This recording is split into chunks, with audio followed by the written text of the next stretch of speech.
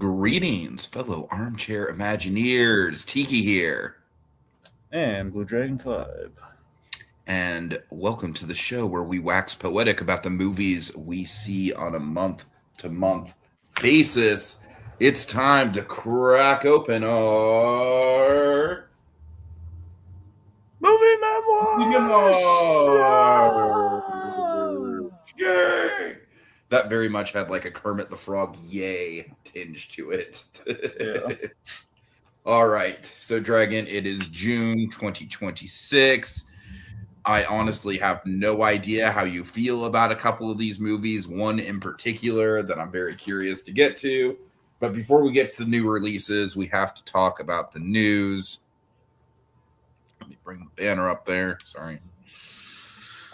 And as we always do with the news, we always start with the deaths. And folks, this month, man, pretty early on in the month, if I remember correctly, man, we got hit with a big one. We got hit with a doozy, and not even like oh man, that's a legacy actor, but they were getting up there in age. No, it's like this is someone who was literally my age, Dragon, 35 years old. We lost Davine Chase, aka the original voice actress for Lilo. And Dragon, here's the thing: I don't necessarily want to spend a lot of time talking about like the speculation over the circumstances of her death. I know there's been a lot of talk of like, oh, she was on Skid Row, she was addicted to drugs, yada yada yada. She had various medical conditions. Like, I honestly feel like when it happened, people just kind of like jumped on her financial situation. And I felt like that was a little, it was very TMZ, Dragon. It was very TMZ. Yeah. The way that they handled the actual like reporting of it. So, I mean, I'll just say that like, I'm as devastated as I can be, barring the fact that she wasn't really in the public spotlight, which honestly, again, kind of part of the problem. Her fame definitely fell off, her success fell off. That was definitely a maybe a contributing factor here. I don't want to speculate on that though, but for a generation of kids, like, I mean, me, Dragon, you know my connection to Lilo and Stitch. Like, I loved Lilo and Stitch from the minute I saw it back in 2002. I saw it right before I went to Disneyland for the first time, so I always kind of have the Hawaii connection between Lilo and Stitch and the Tiki Room for sort of my special interest there. And then I rewatched it as an adult, and I was like, my God, like, I don't know if Chris Sanders intended it, but this movie has like all kinds of autism coding to it, specifically in the Lilo character. So the Lilo character has always been just a very, very like emotionally resonant character for me. And, with that being said, this whole thing, especially given the media circus around it that like I said, I don't really want to spend a ton of time dealing with. But this whole thing is it's tragic. I don't know what else to say except it's very tragic. It's very sudden. And it just kind of like makes you stop and think about the, the temporary nature of life, I guess.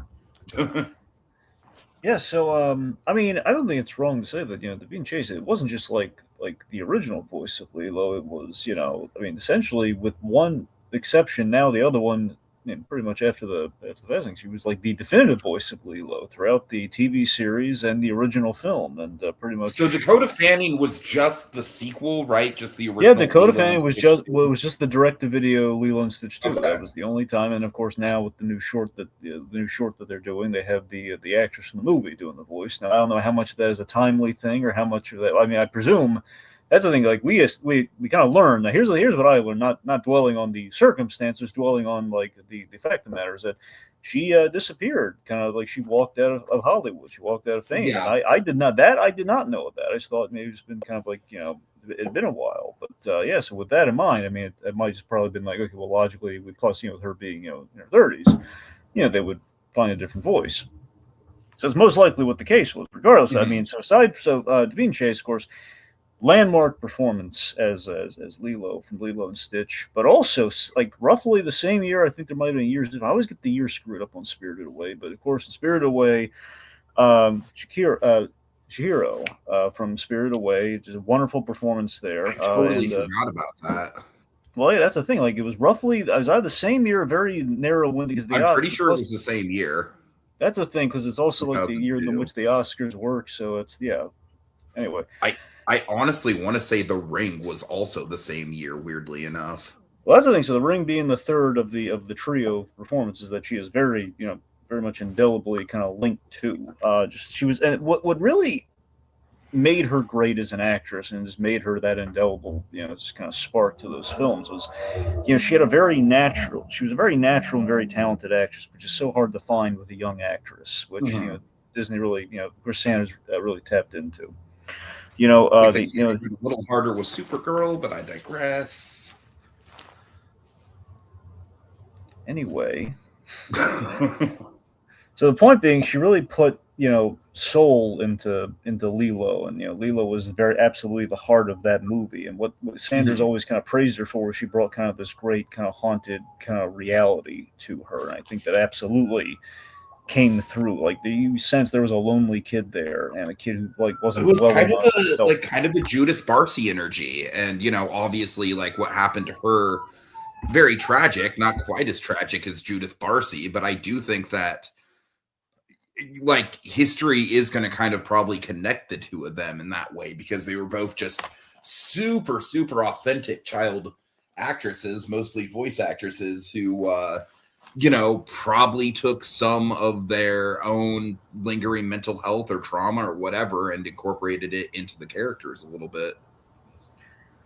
Yeah, so I've always thought she was an excellent choice for the American dub for Spirited Away, and the film was obviously the film is going to be very standout no matter what, just given how strong the animation and the story was for that. But I still would argue again what she brought to that too. I mean, just for this kid who's being put through the ringer and you felt for, and just like the choices that she made, just like in this natural like a kid in like a really extraordinary circumstance, just trying to make it through the other end, kind of the Alice in Wonderland quality. I think she really again, she was sensational what she did, in the field of animation with her voice work, and anyway, so like I said, she did everything else with Lilo. She cared about that character throughout, the years in which she could, she could participate in that character. So whatever's come what may, or whatever we uncover about her in the days or however long that follows, I mean, it is something to kind It's of just note the that media was literally like falling over themselves to be like, look, oh my God, she was living on Skid Row. She might have been addicted to drugs. And I'm like, folks, she just died. For fuck's sake, you fucking leeches. So I think that no matter what is said or what is like focused on wrongly, I think the thing to however much we learn or don't learn about her, all the hard years with being chased, I think we have to take away that she did care about Lilo. It seems. I mean, she did it for a long time. She didn't have to do the series at all. She didn't have to. She did. Maybe you could look at it cynically, like, well, what was she going to do? Say no? But I don't know. It just felt like there was a connection there. And I would imagine Disney, the way they were cranking things out, they did not invite her back for Lilo and Stitch 2. I have a feeling if they asked her, she probably would have said yes. It's a guess, but. They also Anyway, did not have her, like, I don't even think she was a cameo in the remake, whereas Tia Carrera got like a legit like full supporting role in the remake. no, that was because she apparently she had disappeared by that point. That was the thing. Right. So here's one interesting thing. This is not dwelling on like per se like all the media frenzy, but something interesting. The one interesting thing from all that I did glean, I wanted to tell you, Tiki. So there was a documentary in the works on her, not about her death.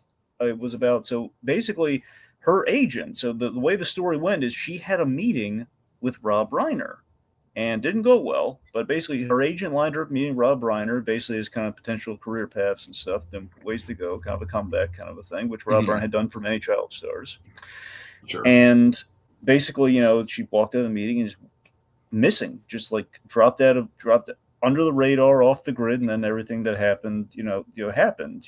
Basically, kind of the child star Hollywood Bobby Driscoll, however you want to label it, thing happened to her, and the agent, who from what I understand is like he seemed like, I don't know all the details, is going from what I've gleaned. Again, the guy seemed to actually be a good agent from what I could tell. And it was the guy was working on something called Finding Lilo, this Finding Lilo Mhm. documentary, which basically was kind of like, I guess, would detail like his search for her all the years, in which she was kind of like probably what he eventually found or found out. Now, mind you, this was done in the works before her passing, so I don't know if it's still going to come out with kind of an ending in mind or not. But it was interesting, though. I would love to watch it, frankly, but not for not to sensationalize it, but just for the curiosity of, man, what she must have been through, and what happened in between the years. Is the fact I had no idea she just dropped off the face of the earth, which is that's what gobsmacked No, me I more didn't than the either. death. But it's like you don't even think about it. Yeah, because again, we always Tiki. That's the thing. We always think of our childhoods and the people we have nostalgia for. It's in amber. Like they don't age. Right. It's just there. It's always going to be. We're always going to think of them at the height of their powers, so to speak. We never think about what happens right after the success, which is Mhm. interesting. Okay. So yeah, she'll obviously be missed, and obviously it's a Absolutely. big kind of just rocked the whole Disney sphere this month. This And is it going to happened sound. so close to 626 Day too. I know, like a day or so before it, Uh-huh. roughly. I think it was the 23rd, maybe. But anyway, one last thing. This is going to be. I don't think we're really going to have much opportunity to talk about elsewhere. But what I kept thinking about her after her passing, the thing I kept thinking of was the very last chords of the end credits of Lilo and Stitch. I mean, after you get through the stupid pop song, you get to the very Mhm. the stupid forced pop song that the director and everyone hated. They had the work in there, by the way. You can hear it on the commentary. They're being fake nice on the commentary, and you can tell it's very fun. Anyways, at the end, they play like this really haunting music cue that I felt kind of encapsulated what she brought to the character. It was this very beautifully haunting kind of a piece of score from the film they played. Really, I kept thinking of that every time I was like looking her up, like for the information stuff. Yeah. Anyway, All right. So moving on. So we have and you know what, Dragon? I'm just gonna. This is all you, buddy, and I don't even know. I realized I forgot to change the order of those because I was gonna go with the one after. But let's stick with Anne Shadeen here. So Anne Shadeen was That was Kate. my guess. I just didn't want to fuck it up. So anyway, so Anne was Kate Tanner from Alf. Basically she was one of the foundational '80s TV moms. With Alf. I just don't have a lot to say about this because my exposure with Alf kind of pretty much begins and ends with the couple like holiday specials that we've covered over the years. So I've certainly never like gone back and rewatched the whole show or anything like that.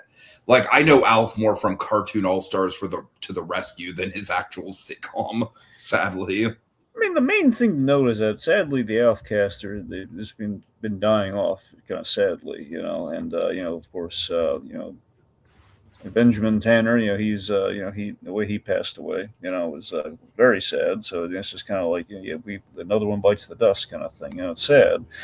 I want to highlight, she was a character actress. She had popped up in a lot of stuff. Very much kind of a journeyman of kind of actresses, in the sitcom world and the kind of the TV world, and this a lot of TV work. The one thing I want to highlight too is that she was the cast of Alf. They had it really rough, and no one ever gives them credit for this. Is the fact that again you're playing your second on the call sheet or whatever number on the call sheet to a puppet, and Mhm. that's gonna get to you after a while. And the idea is it's not just like you have like a cast member who's like one above the rest. It's the fact that the whole set, the whole show, like there's like holes in the floor that we're not seeing that are designed for the actor, and of course, it's gonna be a lot of takes and just kind of like certain like like controls in the puppet, multiple hands. It's not easy for the supporting cast of Alf. I mean, they took it like champs, and no one ever gives them credit for like what they had to put up with on that show. I'm not saying they were treated like terribly, but it was just the fact that it would have been a lot of setups. It would have been like Well, I twice the mean, when you work for think one about sitcom. just how much of a grind doing a sitcom is, like just dozens upon dozens, if not, like probably I don't know how many episodes Alf had. Some sitcoms can last for like upwards of 100+ episodes. I don't know, at least dozens, and just doing that day in day out for years. working with those conditions, yeah, you're right. It is very admirable that they were able to stick with it that long. Yeah. All right. Next up, so really quick, just to get some comments in here. Little Blue, no, I did not see the dedication post from Chris and yeah, Dean. this was really nice. They I didn't know Dean was. I don't know if Dean did a separate one or not, but Chris Sanders, he did this really lovely artwork that would bring a tear to your eye. It's basically Stitch and I think it's Stitch with Scrump, and he's like in Pudge the Fish. Oh Like no! Bro, he's giving don't he's even. giving I don't Pudge. even want to hear about it, dude. Just I mean, there just, it's the, even beyond Chris. I believe I've seen that one. I believe that specifically is the one Chris Sanders did. But there's been a lot of really good, like really touching Lilo art. I tell you, man. The one for me that really got me was like you saw I think it was I think it was Stitch along with basically the supporting. You had Stitch and you had God, I'm blanking on his name, but the dragon character from Spirited Away, the one that was the Jason Marsden played. Oh, I know who you're talking about. I'm blanking on the name too. Yeah. Anyway, yeah. So the two of them. That's it. Okay, good. I'm pretty sure that's it. So yeah, so them, and there's also like one that was like I think Stitch with I'm trying to well, basically there was something. I think it might have been Stitch and Chihiro and and the girl from the Ring. I don't know if we swapped out Stitch with Lilo or not, which would have made sense. But the point, there's been a lot of really touching artwork that's been produced. So yeah.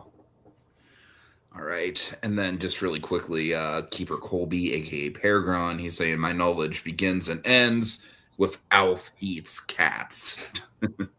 He does. Right. Okay, so next up we have Gene Shalit. Yes, Gene Shalit. Now, Dragon, my obviously the Family Guy thing is going to be my main point of familiarity with Gene Shalit. I'm sorry. Like, I don't know, man. I guess what you can say about him and actually like say a nice thing about him is that he truly was one of the first critics to incorporate like character into his reviews. Like he was Doug Walker, like fucking decades. He was the first gimmick critic. Right. So I don't think his reviews were particularly great or insightful. No, but they were delightful though. I think his bit was, I don't know, a little grating, but I didn't realize he was as old as he was. He was like 100 when he passed. I was shocked that he was 100. So we're going to kind of bookend some stuff here, folks. So we have a death at 100, but still 100. Yeah. That's impressive. So iconic and silly film critic for the basically he was a critic for the Today Show. Like when they went to their film section, that was his. They did a really lovely tribute to him, by the way. Like the Today Show like threw up some clips and like a little like kind of like blurb about Gene Shalit. Mm-hmm. That was really nice. That's the thing. He was all about puns and alliteration. You know what? I do remember during my late night period, when Conan was still on NBC, God bless him. And I would like stay up all night, and just have Conan on in the background, and occasionally I would wake up and I'd be like, oh, there's Gene Shalit. Okay. So Code Geass Code Geass and the Little Blue in the comments, they make a point that I want to connect to. So they say, I first knew Gene Shalit from SpongeBob, or I knew Gene Shalit because of SpongeBob. So similarly, here's the thing. I knew of Gene Shalit, but I didn't quite fully grasp what Gene Shalit did until SpongeBob. Like, okay, he's a critic, and that's what they're okay. That's when I kind of like I'd seen Gene Shalit always had like that very iconic look to him, and I might have seen him a time or two, but I never really watched the stuff for him until I saw it SpongeBob. So then I went back like, oh, Gene Shalit. He wasn't just like a brief pop culture. I mean, I guess you could say still a brief pop cultural thing, but like no, he was like an enduring pop cultural thing. Like okay, like the man, he looked like a Wooly Willy who was also a film critic and made a lot of puns. That's essentially, No, that was Harry Knowles, Dragon. Well, I mean, come on, Harry Knowles did not look like Wooly Willy. Come on. Yeah, he did. Bullshit, he didn't. What are you talking about? The red hair? Except the orange hair, I guess, instead of the black hair. That is not. No, literally, Gene Shalit. Basically, Wooly Willy crossed with Groucho Marx. It's essentially Gene Shalit. I cannot think of a more apt description than that. Come on. Hey, the point being, but yes, it was very delightful to see him pop up in SpongeBob, which I think for a lot of people is kind of like same thing with Murray, man. No one like it's so funny. Ernest Borgnine, he mentioned one time that he got such a he had all these young people at like some meeting that he some event that he did, and he kind of realized he kind of like posed the question, "Do you know who I am? Does anyone watch SpongeBob?" And then they all like perked up, like, "Oh my god!" Like, they all freaked out, and everyone's like, "Oh my god, we love when Mermaid Man did this and that." And so it's kind of the thing where it's like a generational thing, where the kids today, they learn about these greats through SpongeBob, and Gene Shalit probably had a little bit of that going on for him. And of course, through Family Guy, we had a few Gene Shalit gigs. Not a lot, but a few. Like, of course, most famously, we had Gene Shalit, I think, mugging Peter, which I'll William hurt you. Yes. Just great. So the man, he started as a journalist, and basically what he did is journalism with kind of fun and puns, and he interviewed a lot of famous people, including one of the most fun kind of like recurring interviews he had, Robin Williams. Like apparently he did an interview with him for Mrs. Doubtfire that was like the beginning of kind of them like frequently kind of interviewing each other, and it was delightful. Nice. Like Robin Williams, he would love to tease Gene Shalit, and they'd be really chummy with each other. It's really cute if you could ever look up the clips. All right, so last up we have Anthony Head. This is kind of more my territory. I was never really that into Buffy, but I dated a girl in college who was really into Buffy, so I've seen my fair share of the Giles character. The Giles, I believe, is how you pronounce his name. Yep. That's about where my familiarity with him begins and ends. But Dragon, by all intents and purposes, I mean, you make the Gordon comparison a lot, but I think Giles on Buffy the Vampire Slayer, maybe one of the most one-to-one. Like, he is absolutely a Jim Gordon character. Yeah, like, no doubt about it. Yeah, I'll give you that. From the little I've seen of Giles, yeah. Mm-hmm. But also Giles, folks. I thought Mind you, I'm not an avid Buffy guy, so I can't tell you like. I'm not either. Like I said, it's like I've seen like a handful of episodes, and this was like, almost fucking 15 years ago. Because I want to say it's Giles. Like I think it's like the Guile theme or whatever. But you could be right. Anyway, he is a very classically trained actor as well, though. Like he was in a lot of musical stuff.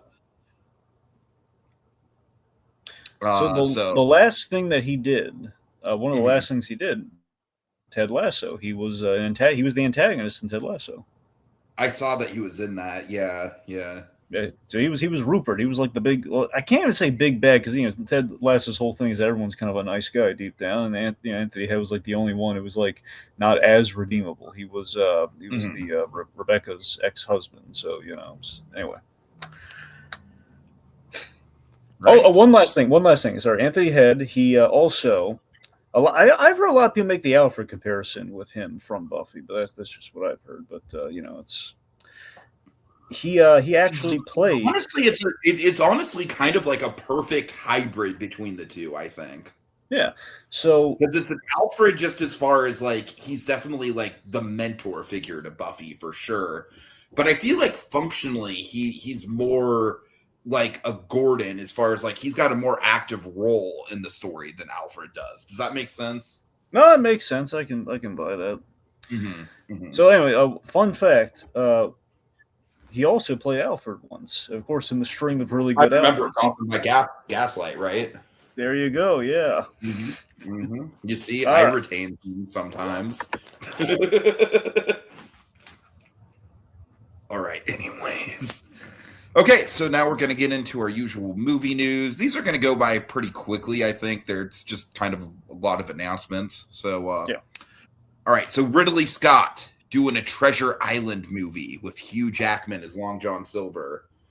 God damn it, Dragon. 20 years ago, I would have been so excited about this. Like, Ridley Scott, I've never been a big Ridley Scott guy. Like, honestly, I think to this day, Matchstick Men of all movies with Nick Cage and Sam Rockwell might be my favorite Ridley Scott movie, which nobody even ever talks about that movie. It's a great con artist movie. But I don't know, man. Like I've never been big into Ridley Scott's blockbuster stuff. I think that Ridley Scott's problem is always that he overstuffs his movies. You know, it's always like he's just I feel like he's the definition of like a blank check director, where it's like he just kind of does whatever the fuck he wants and it's never really that coherent. So that being said, you bet your ass if this movie happens, I am watching it just because of Hugh Jackman. Now, Colby brings up Hugh Jackman was in The Death of Robin Hood. We'll get to that. Not a fucking great movie, Dragon. Absolutely not a great movie at all. In fact, I would say it's a very bad movie, although Robert Meyer Burnett would disagree with me on that. It's actually, Colby, did you know it's Robert Meyer Burnett's fucking most favorite movie of the year so far? Like first half of 2026. That's kind of insane. Why are you going after that guy's preferences, Tiki? What do you got against him? Nothing. I actually think usually he has really good taste. That's what I'm saying. Slow burn was putting it lightly, executive. But yeah, I don't know. What do you think, Dragon? Like I said, it's like I'm not really sold on the Ridley Scott thing, but I think Hugh Jackman is Long John Silver. I think it makes more sense than Robin Hood, especially the version of Robin Hood we got in that movie, which I'll tell you more about when we get to it. Well, I mean, look, Hugh Jackman, he has fun playing pirates. You know, he played him in that Pan movie. Oh, I forgot about that. Oh no! So I mean, that's a part of good endorsement, Dragon. So I mean, look, a part of me wonders if he's going to go the Tim Curry route or he's going to go the actual layered Long John Silver kind of like. And now, mind you, the Tim Curry version was that layered, but he also played against, he played a little broadly with Muppets. It was delightful. We loved it, but I wonder if he's going to find maybe his own version of that, or he's just going to play kind of a modern Tim Curry. Which Something tells me there's not going to be any Muppets in the Ridley Scott version. No, dear God, I wish that would be interesting. It would be insane if there just was, though. Well, not in that, but like, what if Ridley Scott did a Muppet movie? Can you imagine? No, I literally can't. I mean, Tiki, he worked with puppets. Yeah, no, that's true. That's true. And he is. I'm just throwing it out there. All right. Anyway, but in all seriousness, I mean, look, Ridley Scott, his the cachet his name used to carry around, it's gone down in recent years, sadly. But yeah, The Martian was his last big hit, and I'm one of the few people that really didn't care for The Martian. I thought it was pretty pretentious. But I liked Hannibal. I didn't love it though. It was okay. I love parts of it. The whole thing. I would not sit through it. I would just watch the parts I like of it. That kind of thing. Now, I will say, I have never seen the original Gladiator. Just something that's always kind of slipped my mind. So maybe I'll check that out. I don't know. That's probably his magnum opus. That along with the first. Yeah. Anyway, point is, I mean, look, Hugh Jackman is Long John Silver. That's great casting. And whether Ridley Scott can bring it home or not, his Napoleon movie had a lot of potential and it fucking sucked. That's the thing. I mean, look, Treasure Island is not as ambitious as Napoleon. I'm going to make Napoleon interesting. The guy who drinks poison. I'm going to make that guy interesting. Exactly. Like, yeah, Napoleon, one of the most infamous fucking warlords in like human history. It's a relationship drama. It's like, let's watch Napoleon eat a Danish. God. Okay. Anyway, the point being, him tackling it, basically, it feels like it could be at best Ridley Scott attempting a. I could see it. I honestly do think, as much as I'm not crazy about his style, I could see it fitting his style. And I could see the more simple, streamlined nature of the story working to his benefit. I'm saying, like, best case scenario, mind you, the movie hasn't come out yet, but it comes out this month. It could be his Odyssey, him taking like a classic off the shelf. God. I'm worried about that. I've got tickets for the Thursday screening in IMAX. Mm-hmm. We'll see what happens with it. Yeah. All right. Let's watch the most awkward man alive flirt with an uninterested woman. Yep, that is what Napoleon was, straight up. Let's see the longer version of it too. The version that was too extreme for the board audience. Oh my god. Okay, anyways. It came with milk. All right, so the Magic School Bus is getting a live action remake, which frankly, I'm kind of surprised it's taken them this long to get on it. We got Elizabeth Banks as Miss Frizzle. I think she's perfect casting. I do think maybe she's a little old for the role at this point. You know who I think would have been a perfect Miss Frizzle if they would have gone for a younger actress? What? Maya Hawke. Okay, how old do you think Miss Frizzle is in the Magic School Bus exactly? Well, look, I know that if they went the Maya Hawke route, she'd be like in her 20s and she'd be like a young teacher. Of course, I just think Maya Hawke has the energy for it. Well, no, I just mean like you're saying Elizabeth Banks is too old to be a school teacher. I don't know. I picture Miss Frizzle being like in her 30s, maybe early 40s, and I think Elizabeth Banks is like in her 50s. So I don't think she's in her 50s. Are you sure she's in her 50s?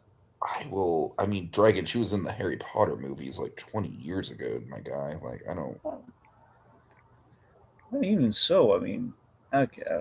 Anyway, playing a grown ass adult. All right. Okay. Well, look. Regardless, I think Elizabeth Banks is a good choice. She can be fun. Now, yeah, she's 52. I was right on the money. All right, fine. Well, call me crazy. Teachers can be 52 and still look youthful, perhaps. I don't know. Miss Frizzle, she has that magical kind of air about her. I don't know.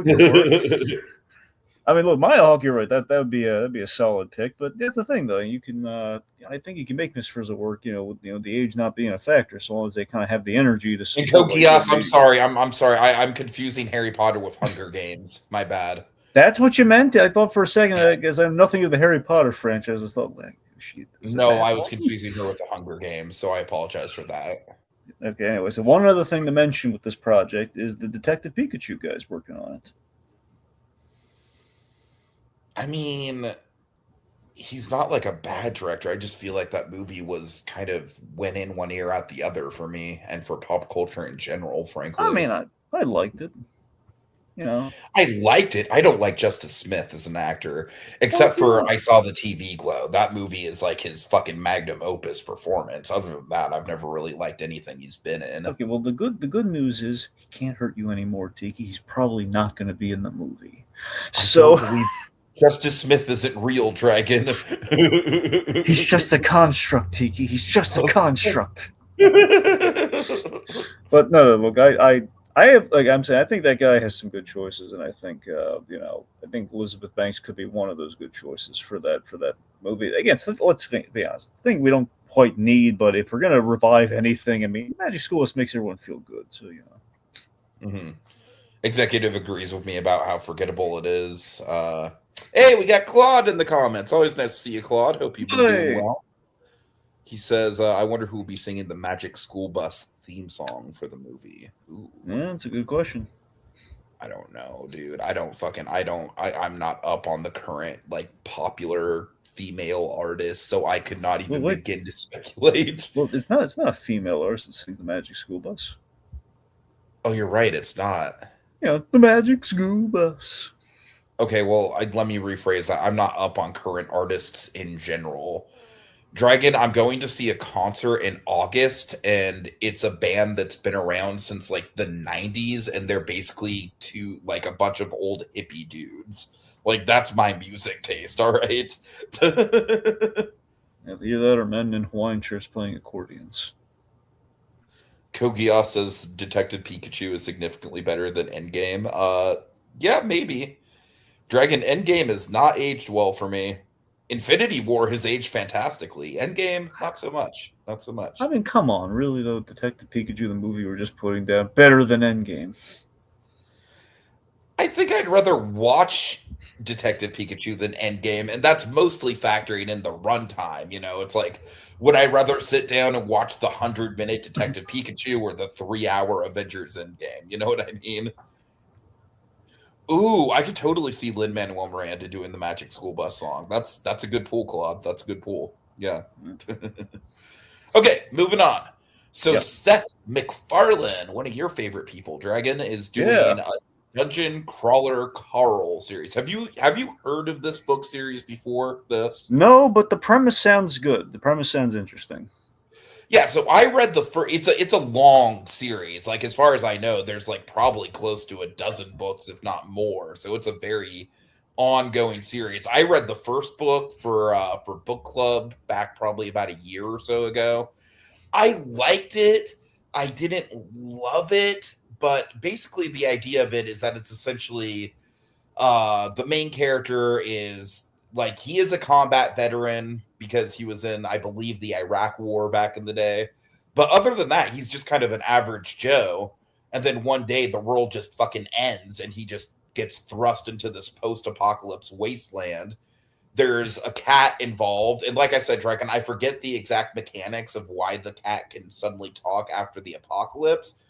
But the cat and Carl Dragon, they have this great dynamic. They are a fucking awesome odd couple with each other, and that's going to make the show, I think. I could totally see Seth MacFarlane voicing the cat and doing a really good job of it. Maybe doing more Stewie than Peter Griffin, you know? Sure. But yeah, I don't know. I'm interested in this for sure. The really interesting thing about this, and you're not up to date on this, but just trust me on this, okay? So Ted season 2. I still need to watch it, you know. You do. There is an episode of Ted season 2 that is kind of like a testing ground for this show. He did I'm not saying it's 1-to-1, but he did a Dungeons and Dragons episode. It was fantastic. Okay. And nice. It actually, like, it showed you the basically it went to kind of the fantasy landscape, and it's like one of those things where, my God, Seth MacFarlane, when he plays around with genre, I mean, he fully commits, and it's like, I mean, I've heard nothing but good things about the Orville. Like, I've heard that the Orville is basically better Star Trek than what Star Trek is doing nowadays. I mean, look, say what you will about A Million Ways to Die in the West, which we all know. We know. Okay, I will defend that movie right along with you, Dragon. It's not perfect, but it gets way more shit than it deserves. I know, that's the thing. That movie is why we got Liam Neeson in The Naked Gun. God damn it! Very true. So with that in mind, it's like to give credit where credit's due to A Million Ways to Die in the West. You know, like, again, the man nails the genre and the setting, and he makes it feel like this is the Old West. Sadly, the jokes could have been better, but aside from that, you know, it was the premise of that movie and just the whole, like, the setting of that movie. He nailed the setting, and he's great at doing these genres. And, you know, again, right now on the TV side of things, he's been killing it in live action. So I mean, I'm fully down for, you know, to see where he's going to go with it. Yeah, you know? Yeah, I'm excited. We'll see. Alrighty. So next up, why don't you take the next one, Dragon? You know more about it than I do. Right. Let me see. Did I have the Peanuts thing or not? No, you did not. Crap! I knew I forgot something. Okay, let me mention this real quick. It's just a blurb. It was, folks, the news that's about to follow this and the next thing that Tiki was teeing me up for.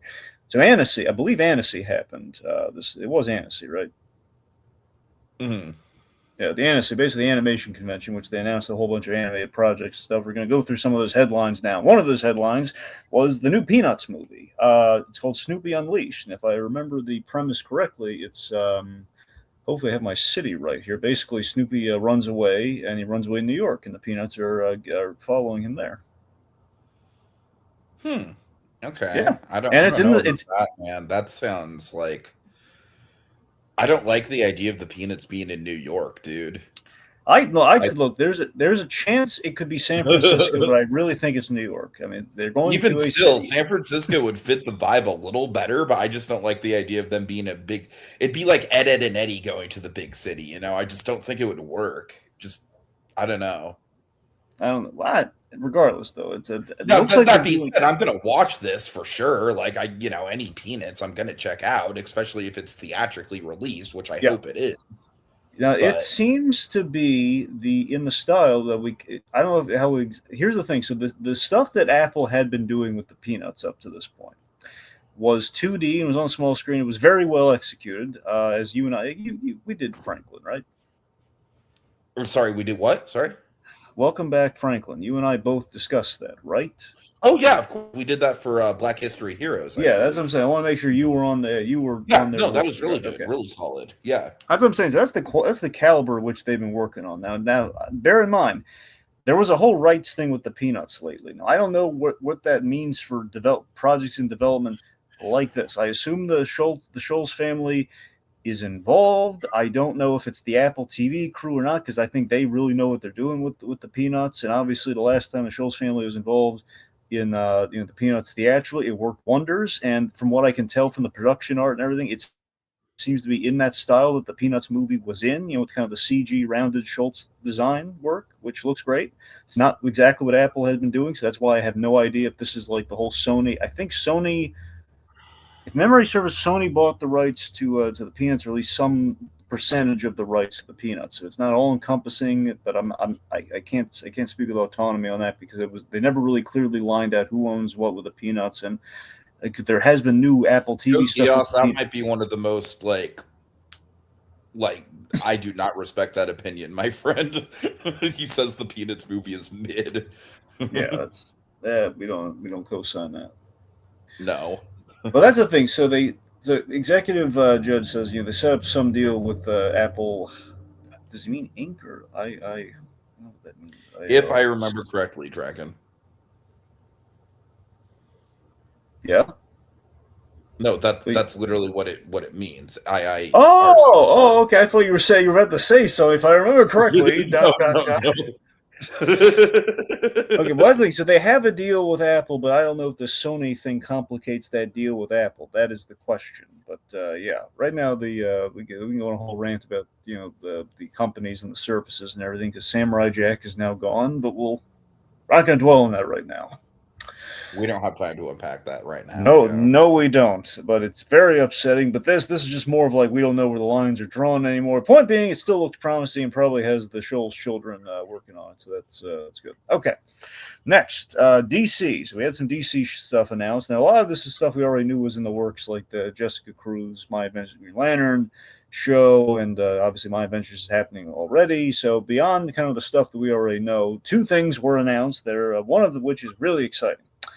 So they announced a Crypto the Superdog series, which presumably is expanding upon the little shorts they had been doing about the DC Universe Crypto. And the other thing, Absolute Batman. So Absolute Batman. Tika, do you know anything about Absolute Batman? Not a single goddamn thing. Okay, I'm going to keep it simple. Okay. I'm going to break out the big whiteboard for you. Okay, so Scott Snyder, the really good Batman writer, okay, that guy, he basically did kind of an Elseworlds imprint of Batman that was like a reimagining, like kind of like a new 52 done right, so to speak, like a full, a Batman that is a very specific, very disconnected from anything. It's a Batman that feels different from any Batman you've ever read before. I mean that. And this is like a really quality Batman writer doing this. Like, he has a Batman. This is where, if you've ever seen it, this is the Batman who's huge and hulking and very Frank Miller-like. It's like the man has like an axe that forms from the bat symbol on his chest. It's heady. It's crazy. It's a Batman. It's very, very unique, and basically is like the highest selling Batman comic right now in like a long time. People go nuts for Absolute Batman. So this is them doing a series, not just doing a series, Tiki.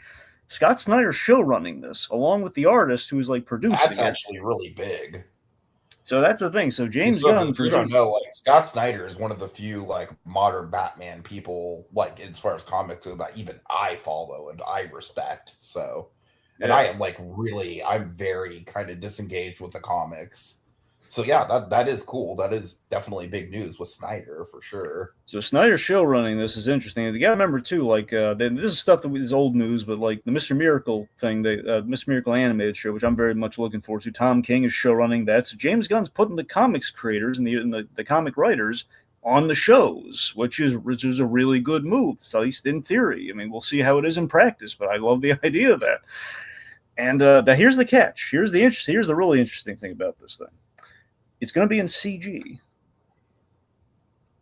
which has not been done with Batman. I'm No, they not really counting. haven't. Yeah. Well, here's the thing. I'm not counting Bat Wheels, not counting the CG show with the talking bat cars. We're not talking about that. This has not been legitimately attempted since Beware the Batman, which I really liked. So, and that was it was a very unique take on it as well, and that looked really good in CG. The only problem was they couldn't populate the streets all that much, but aside from that, it was really good. So it has not been attempted since roughly, give or take, 2011, 2013. It's been many years since we've attempted Batman in CG. So this is very. I mean, I hope it turns out well with that in mind. But that's the thing. This could be either be really good. It could be Ultimate Spider-Man all over again at worst case. Otherwise, it'll be really good. Cool. We'll People see. are definitely that's going to be the big Batman thing. People are going to be paying attention to. Let me put it this way, Tiki. When this comes out, people are going to. I can bet you, whether it's good or not, people are going to find an excuse to make fun of Cape Crusader in comparison to this. And then as for crypto, just really quick, I'm not as stoked on that just because I just feel like the DCU needs to be careful to not overuse crypto, you know? Mm-hmm. So we'll see about that one.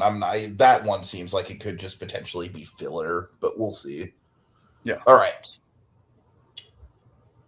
Let's see. Any more announcements? Well, we have comments like Executive Judge says, this is the other thing with Absolute Batman. He's not rich, so it's Batman, but he's broke.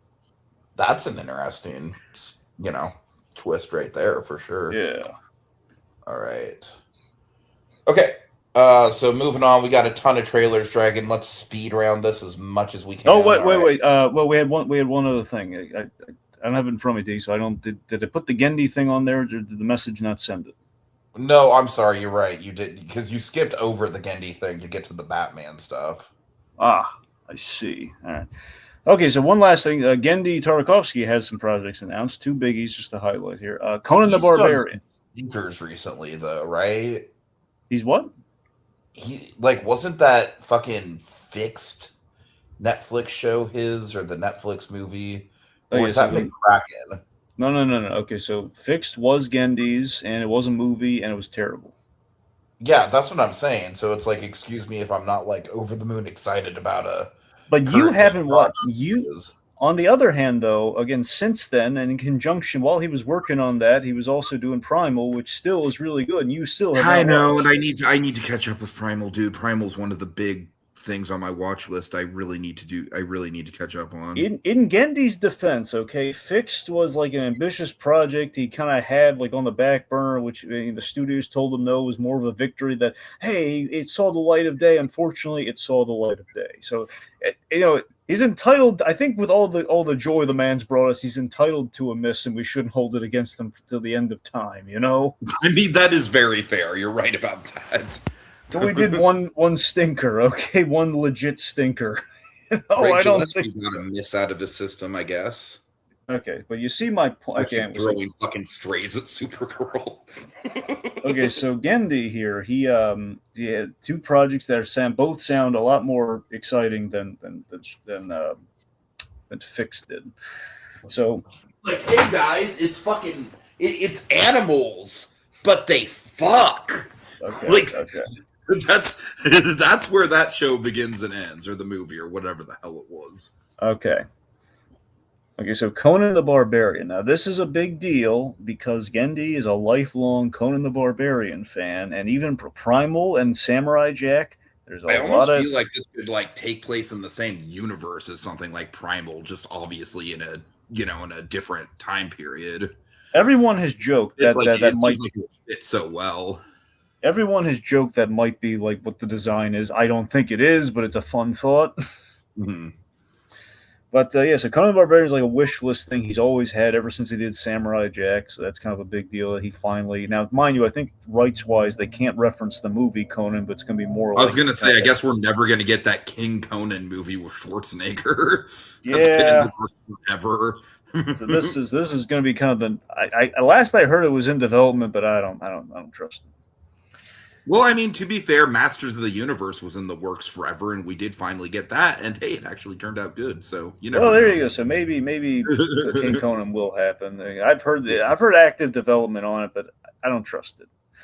Yeah, we'll see. Point being, this Conan the Barbarian series is going to be more kind of based on the comics. Basically, in doing it that way, he has more of a blank canvas, which is good. So that's exciting. Mhm. On the other thing is a series, another series. I think they're both series. Heist Brothers. So Heist Brothers is about a bunch of frogs who are brothers and are robbers. Now that doesn't really. I mean, it could be great. It could The be art, wonderful. the little promo art looks Who the knows?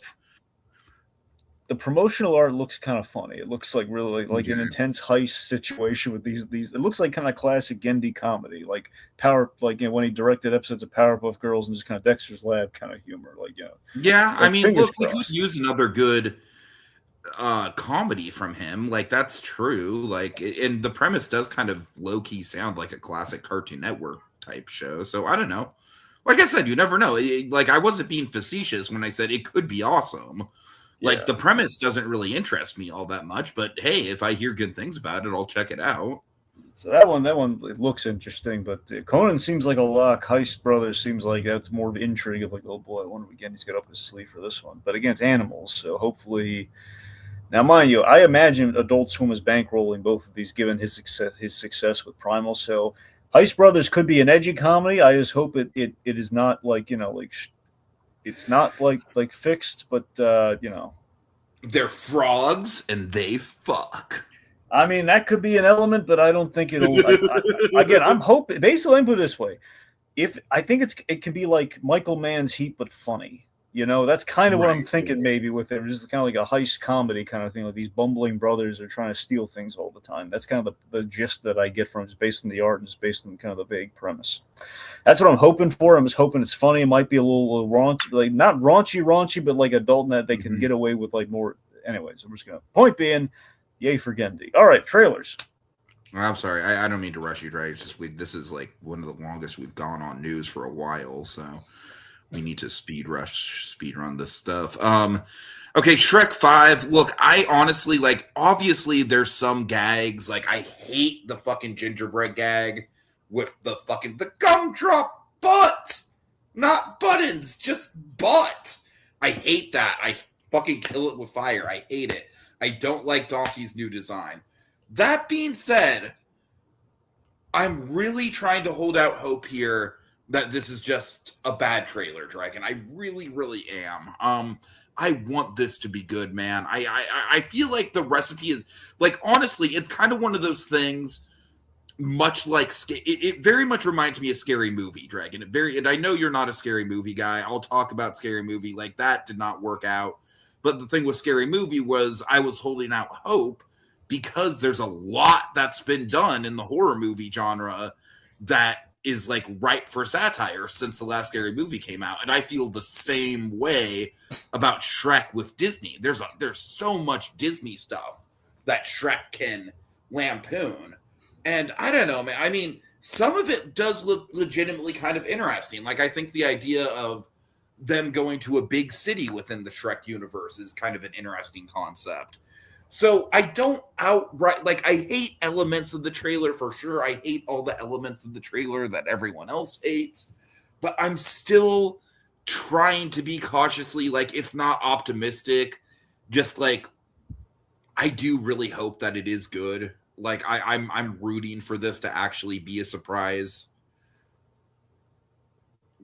Yeah, so I gotta be honest, it does not look promising. Shrek 5 to me. We had I mean, executive, just to address that comment from executive really quick. Far, Far Away was more kind of the LA, kind of Hollywood Valley, whereas this more looks like a New York type setting, which I think is different. I think it's different enough that it's interesting. Anyways. Yeah, so the trailer to me, when we finally get the proper trailer, it seems far from kind of like the Puss in Boots promise at the kind of the end of that movie. I know. So it feels like here's the thing. I can appreciate certain things where it's not the Puss in Boots vibe I was hoping for, but I do like the nod to the book when we recap kind of where we left, like the original William Segg book. I think aging Shrek and the family up isn't bad. I'm just not convinced that. Here's the thing. I think the movie's trying to strike a balance. I'm worried that it's going to just feel like the Croods with the grown kids. Honestly, I don't know about that. The bigger fear I have is that the vibe, like the teaser, and oftentimes the teaser can be a litmus test for animation. Pixar has built a business on that in a good way. Well, let me this way. I feel like with Pixar, it's like this is just kind of that's them kind of feeling out where the story's going, and it's just more to give the audience a taste of where it is. On DreamWorks side of things, the teaser is a litmus test. Where it's like, okay, if people don't respond to this, we might adjust things. And in this case, the vibe I got from that teaser, and just kind of the vibe I'm getting a little bit in the trailer. I wonder how much of this. So they had like a fucking year. Like they released that like super teaser trailer. Like I don't even know what you would call what they released like last year, and that didn't get a good reception. So they had time, and this still doesn't look great. So I don't know. I am worried about it. Yeah, that's the thing. I mean, that teaser was kind of rushed by popular demand, and because of that, it was a little unfinished. And I guess what I'm getting at with that teaser, and just in general the vibe of the movie, is that there's a meta context to the movie that I think they're going for. From what I understand in the development, I don't know how much of it is to be believed, but in development, they were going to far more meta, like the plot was a really bad idea kind of thing with that teaser, with the original plot of that movie, and they retooled it a lot. From what I understand, I don't know how much that was just due to the buzz and the reception to the teaser or not. I don't know, but the point being, I think there can be a balance between because Shrek's always been kind of irreverent with like how DreamWorks taking pot shots at Disney and the fairy tale culture Disney had like a foothold on, and you're right, they could update that. On the flip side though, I think they're with the Gingy, enough cake to open a bakery, all that kind of. That was easily the worst. Like that might be the single worst moment in any of the Shrek movies if that makes it into the final movie. Acknowledging like Shrek's resurgence through meme culture and pop culture in the years that have followed, I don't think is a terrible idea, but apparently originally, if I was to be believed, they were going to go literal with it, like, essentially like a Shrek in the real world kind of thing. It was not a good idea. It's a whole can of worms. But it's I don't trust them to walk that balance. I will say this, production design wise, the closest I'm getting to the Puss in Boots vibe is when we're in that city, we see some like the kind of the fairy tale design work built into kind of an American city. That's kind of interesting to me, but again, so the world building seems on brand. Everything else, though, it is. I'm interested to see what the villain's going to be like, because the Shrek series has, outside of Shrek the Third, has had like really, really phenomenal villains all the way through. So that's one thing I'm kind of holding out for, is to see if we get a really good villain. Now, there was a lot of talk of Lithgow. Now, I hear he's coming back, but to what capacity anymore? Originally, he was going to have a huge role, but that might have been completely thrown out. Yeah. Okay. Yeah. Anyways. Okay. Okay, really quick, Gatto. Like I've told you this before, Dragon, but I specifically waited to watch this in front of Toy Story 5, and my theater did not play it in front of Toy Story 5, so that was annoying. But I think this looks really good, and I really like the trailer, and it's a great kind of return to form for the Pixar teaser, where it doesn't really tell you anything about the plot except for the very basic premise.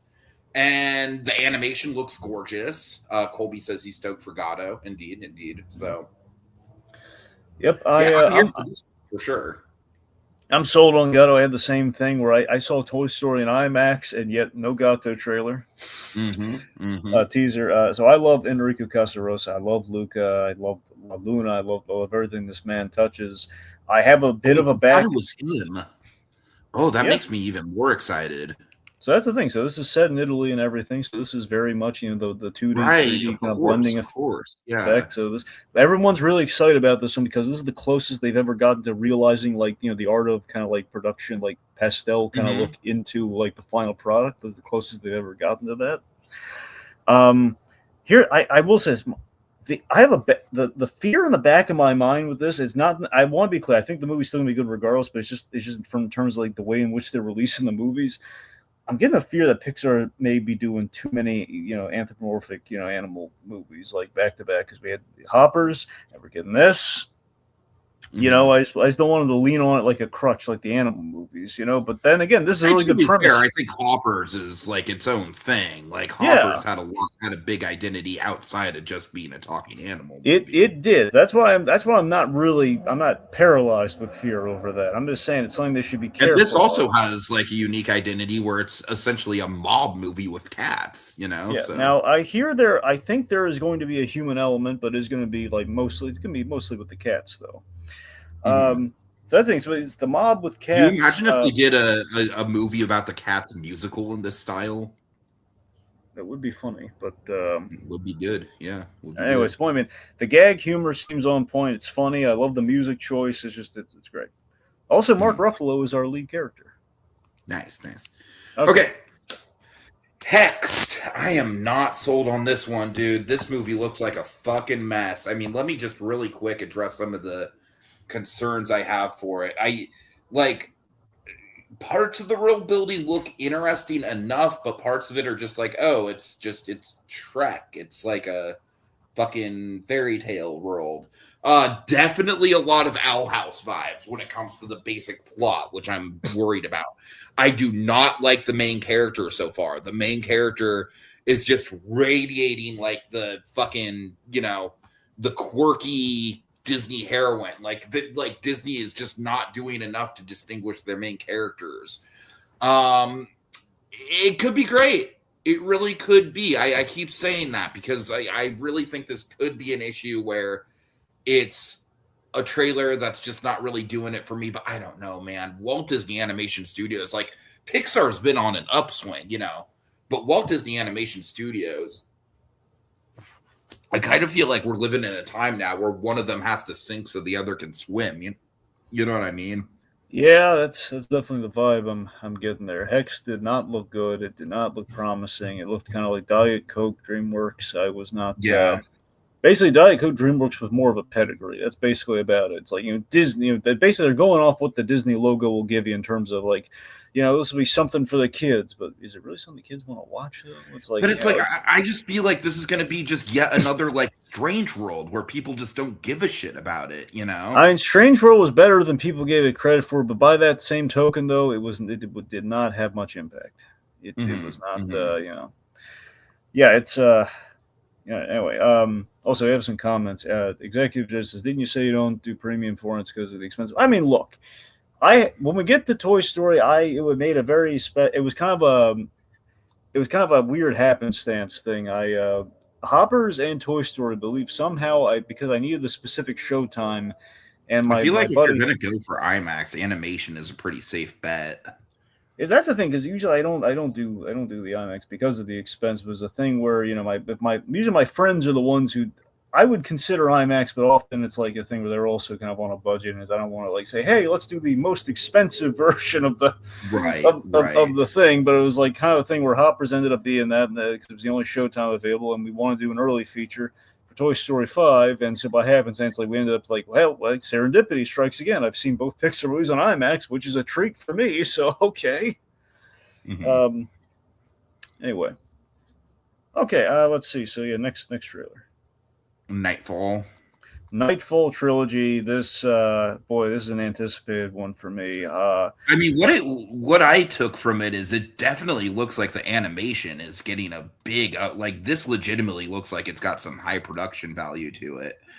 Now, I'm not familiar enough with the story. I'm sure that there's enough room to do a trilogy, but I don't know, man. The trilogy is the one thing that kind of makes me take pause just a little bit. Like, is there really enough room? No, there absolutely is, T. When they put this book out, it's like back in the day before they came out with the idea of a compendium and all this, like the huge phone book size comics, they did in 3 volumes. It can be 3 movies. Okay. This thing is designed to be 3 acts. Okay, they cannot be safer with that. Shit, never mind. I redact my previous statement then. So I'm not as big of a Batman guy as you, so I'm not like over the moon about this the same way I imagine you are. But it's definitely interesting. I'll definitely check it out. This is one of those things where it's like one of like in terms of like checking off the boxes for like all the iconic Batman stories that we've adapted in animation. Like this was always the ones that say, oh yeah, they get the real estate to adapt this one. When are they ever going to be able to do that? And oh my god, they're doing it in 3 movies, just like it probably should be. Mm-hmm. And they're taking their time within the 3 parts. The style. Here's what impresses me about it most. Okay, here's what has me tickled about it. Okay, the art style for Nightfall, at least the first act of Nightfall, mostly. I'm not crazy about Sam Keith. There's Sam Keith, and there's I think this is Kelly Jones. That's something. Kelly Jones' style on Batman. I was never thrilled with. Of course, Kelly Jones did some great work, but it was my personal taste. And Nightfall kind of fell into one of those things where you can kind of tell by Bane's like overly muscular characters, like abs on abs. But what they did in this movie, though, the style is so 90s, like so exaggerated, borderline Liefeld 90s. Mm-hmm. It's like an art style that I didn't even like in the comic, and they sold me on it here. Like that's the thing. It's like, my God, it looks as better than I could ever imagine they would have made if they were I never thought they could adapt that art style, and they found a way to do it and make it work from just like the glimpse of the trailer for the trilogy. We got Anson Mount as Batman, who was Black Bolt in the Marvel stuff, Yeah. Sorry, and anyway. And also we have Michael Mando as Bane. That's a good casting. Okay. I'm really sorry, Jay. I'm really we just this is the longest we've ever done news, and we really need to just fucking move on. Okay, so all right, go on. You know what? I'm gonna cut Whalefall and Werewolf because I know you don't give a shit about him anyways. Okay, well, we don't even need to cover the one eye, but there's just like also let's just mention Mel Brooks turned 100, which is great. Mm-hmm, mm-hmm. Okay, let's just move on. All right, the movies. Whalefall looks great. Whalefall looks fucking awesome. I'm excited for it, but we don't have time to get into that right now. Werewolf, obviously not Dragon's thing. I'm really looking forward to it. It's Robert Eggers, but again, don't have time to get into it. All right, thank you for accommodating me there, Dragon. Thank you. I appreciate it. Yeah. Okay, let's go into some new releases. Okay, so Toy Story 5. Again, we can speed run past this because we did a whole fucking podcast on it. I love the fact that this is Jesse's movie and it's kind of a mirror of Toy Story 5 of the original Toy Story, without it just seeming like, like kind of like a pseudo remake, like something like The Force Awakens. I think there's a lot of fresh stuff in this from a story perspective while still having similar structure. I wish that we did more with the ensemble cast overall. Like, for example, it's like you've got people like Wallace Shawn and John Ratzenberger like still alive. Like, use them while they're still alive. It's kind of frustrating that they got so little to do. I mean, I understand they're not going to be the main focus of the movie, but I digress.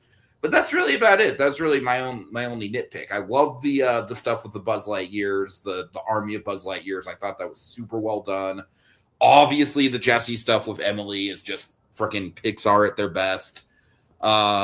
Way better than 4. I don't think it quite touches the heights of the original trilogy, but it's a very worthy Toy Story movie in its own right, for sure. So again, for me, most anticipated film of the year. I was lucky enough to be able to see it in IMAX. I knew Andrew Stanton would make this work. I knew in my bones it would work. The movie had its best chance of survival with Stan. Like, Pixar's being forced into sequels. It feels like, Andrew Stanton's the guy who can find a sequel with something to say, and he did it. I love the 50 buzzes. Jesse is the lead character. I think really worked. The toys versus tech premise, very timely. It's basically what impressed me was it's like Andrew Stanton writing his way out of like an unwinnable situation, like a Kobayashi Maru of animation. Conan was an MVP of Smarty Pants. I don't even like the toilet humor that much, but I think the actual character was written so well that I forgave it. Yep, absolutely. I felt for Bonnie and their parents in the film. The pathos it's pathos galore in this movie, which is what you want in a Toy Story film. It was it was less the way I economized toys. The way I sum up Toy Story 5 is that unlike Toy Story 4, it's less in the shadow of Toy Story 3. And Uh-huh. this is, luckily, it's more time to celebrate 30 years of Toy Story. We've had enough time to miss it and to appreciate like the franchise as a whole. And it's basically taking Toy Story to the next generation in a really fun way. And a statement I never thought I'd be saying, this gets me excited for a Toy Story 6. Legitimately, Let's wrap. yes, and I've said it before, but I really want Toy Story 6. I want one of the main things that they do in that movie to do like a high-tech Dave and Buster's style Pizza Planet. All right. Okay, did you see Masters of the Universe, Dragon? You have it listed where it looks like maybe you might have. No, I have not. Okay, no problem. This was a lot of fun. I kind of saw it on a whim. I saw it basically because Peregrine told me to see it. I wasn't planning on seeing it in theaters. And what if he told you to jump off a bridge? Well, look, it's for the same reason that most people probably avoided it and why it didn't do well, is that I just didn't give a shit about He-Man. And you do not need to give a shit about He-Man. This is such a fun movie. You know this is Travis Knight, right? Yes, and I like Travis Knight's work. So yeah, I would definitely recommend hitting this up when it comes to streaming for sure. The cast is great. Nicholas Gallenstein, I believe is how you say his name. He's fantastic in the role. Gallenstein, thank you. He's fantastic in the role. He's you know, he's very earnest and very funny at the same time. We get a great Idris Elba performance where he's got a little bit of comedy but a lot of pathos to him. Overall it's very Guardians of the Galaxy Dragon. It's pretty much you get what you pay for when it comes to that. But I think it does Guardians of the Galaxy way better than another movie that we're about to get to. You know, again, shots fired. The biggest surprise for me in this movie, Jared fucking Leto, Dragon. Jared goddamn Leto. He killed it as Skeletor, Dragon. Like, I don't know, man. There's something like he's not just doing the nasally, I will destroy you, He-Man, but he's doing his own thing, and it's kind of awesome. There's some like, and I love that the Skeletor is just 100% like he is evil. He is like evil incarnate, and he almost kind of reminds me of how we depict him in the Powerpuff Girls. You know, it's like there is no ambiguity around it, no tragic backstory. So this is a bad guy to a comedic level. So it's great. I think the visuals are, generally speaking, really, really good. You don't really need to have seen the show or anything. I feel like the movie does a really good job catching you up to speed. And yeah, Fisto, Dragon. Okay. Fisto. All right. Yeah. Anyways. Oh, Supergirl, I'm going to let you go first on this. All right, look, so Supergirl, Rohit and I, we did a whole spoiler cast on Supergirl, so I used to keep it simple. It could have been better. I thought it was okay. Okay enough. This guy's kryptonite, which is meh. Performances on... I thought the performances on Supergirl and Lobo were absolutely the best part of the film. Also, David Krumholtz as Zor-El, he was great. And Lobo easily, though, the best part. The public, look, I knew from the get-go this movie had an uphill battle, even since it was announced. No, not to say, I know the thing it's adapting is really is good. You know, Woman of Tomorrow, which holds up, by the way, when you reread it. The public, however, you know, I knew they were probably not going to like this because it's a very specific Tom King Supergirl that was kind of one-off. It's a Supergirl unlike I think your mother or father, like, you know, it's kind of like, it's not your dad or granddad Supergirl. You know, it's like she's getting drunk, on planets of Red Sun. She's got trauma. But I mean, like it's in line with how she was depicted at the end of the James Bond Superman. So. Well, I know. I'm just saying that even with that, I'm saying that premise being introduced for this is what our Supergirl is. I knew it was going to be. That's how I knew it was going to be an uphill battle. Like, oh, that's the Supergirl they're doing. They're gonna. Oh boy, some people might not groove with that. Mm-hmm. Again, it could work though. It could have worked. The director, however, did not read that comic, and he just went off like the vague premises that were put in the script that were like nods to the comic, and he just kind of ran with it. And varying degrees of success. It does not feel like a Craig Gillespie film. The big problem to me, I think fundamentally the big problem with the movie is that it's not. We don't that comic thrives on the fact that it's an established Supergirl who you're getting to know in an unconventional way. So if we have a Supergirl who is not really settled on being a hero yet, that's not really going to connect the way it needs to. We use Superman very well, to give credit. Superman used very well in the movie. Again, just a bit of a letdown, but I think we've all collectively seen worse. The villain was very lame. It's an undercooked plot, so that's why we get the results that we get. So,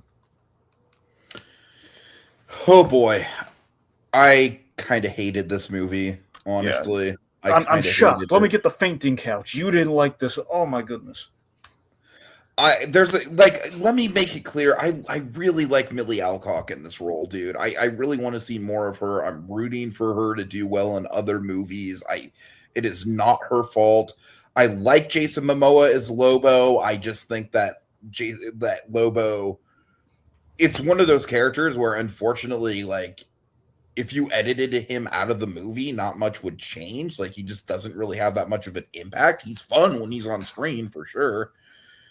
The big problem I have with this movie, Dragon, I honestly, frankly, feel like not enough people are talking about it. And I called it even from when we talked about the trailer, if you remember this.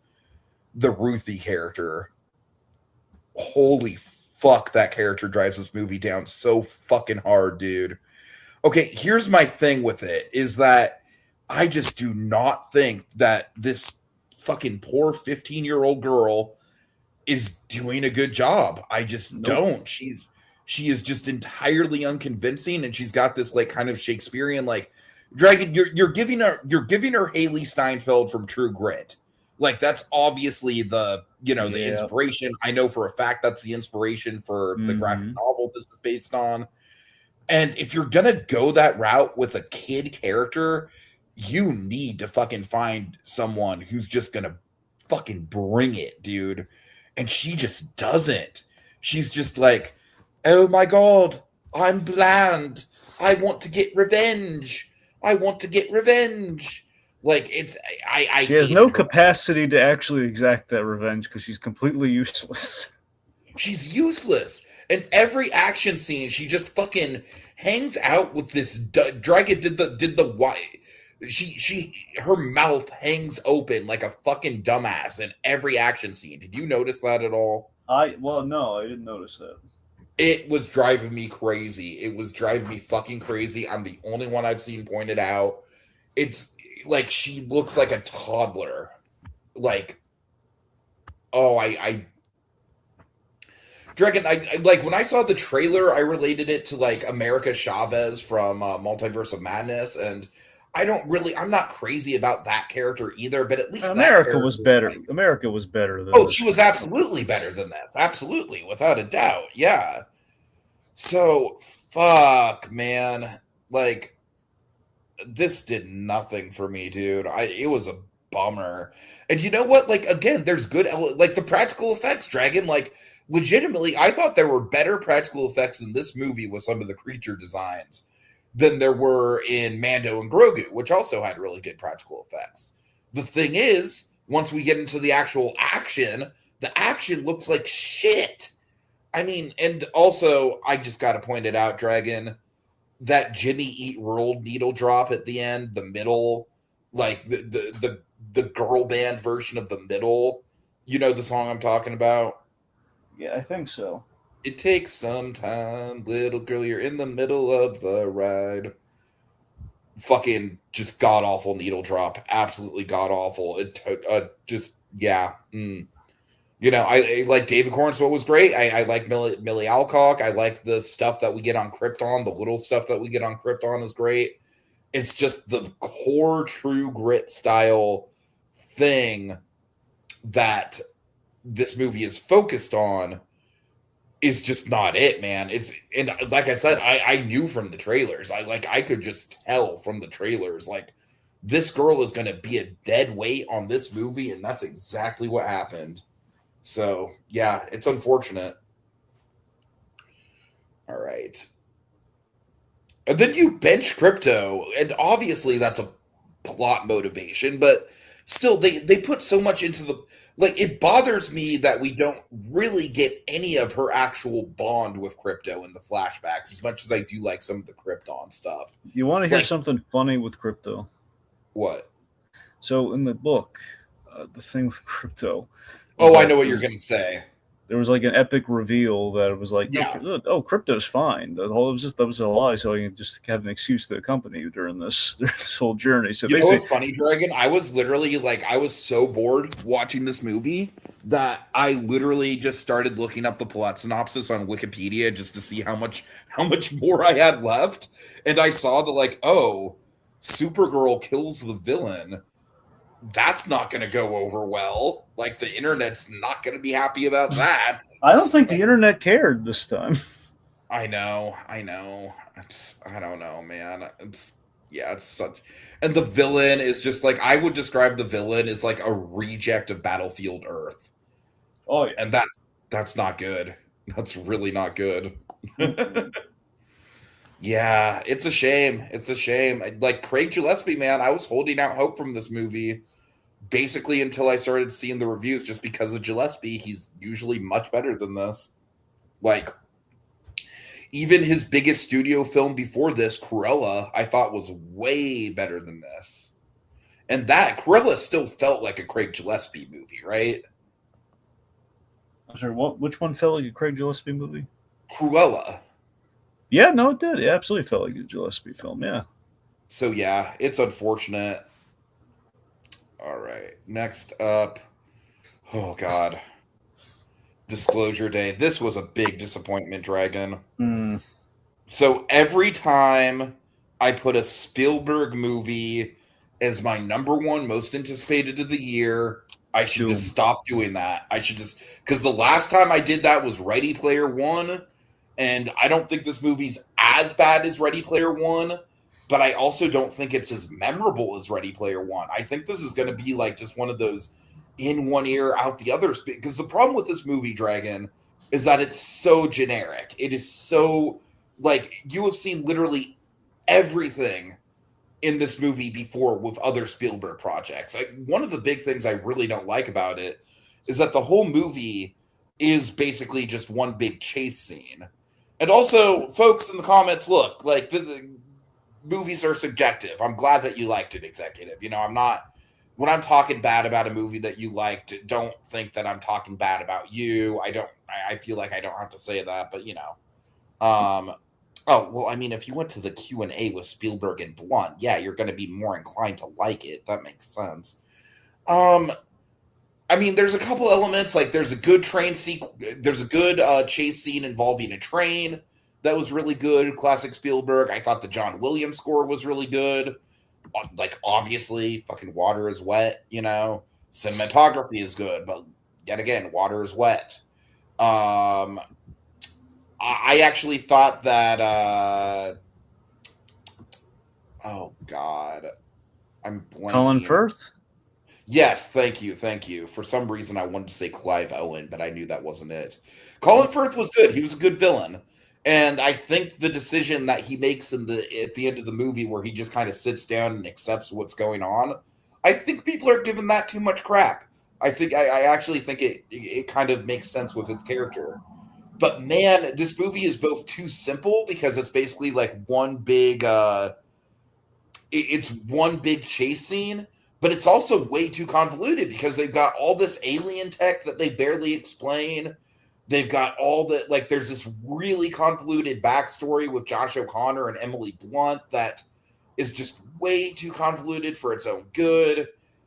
Like, Josh O'Connor, I love Josh O'Connor. Like, he was fucking fantastic. Like, you saw the, Wake Up Dead Man. He was the priest in that movie. He was fantastic in that movie. And he's great in Challengers. But he is just not it here. Emily Blunt's a lot better. Out of the two of them, Emily Blunt definitely has more to do from the acting point of view. And also we have oh God, it's like a Nepo baby guy. Not Jack Quaid. Help me out here, Dragon. Not Jack Quaid, not Patrick Schwarzenegger. Well, I haven't seen the movie, Tiki. I don't know. Okay, I'm sorry. As I'm It's saying, I knew what I saw in the trailer, and I no, can't not Call remember. Me Domingo. I believe he was in. Hold on. I'm sorry. I need to cite him. This is riveting podcast. Wyatt Russell. Thank you, Little Blue. Oh, Yeah. Wyatt Russell. That's the one. That's the one. Yeah. Yeah. Yeah. Yeah. He's really good as Emily Blunt's like jerk boyfriend who doesn't understand what's going on.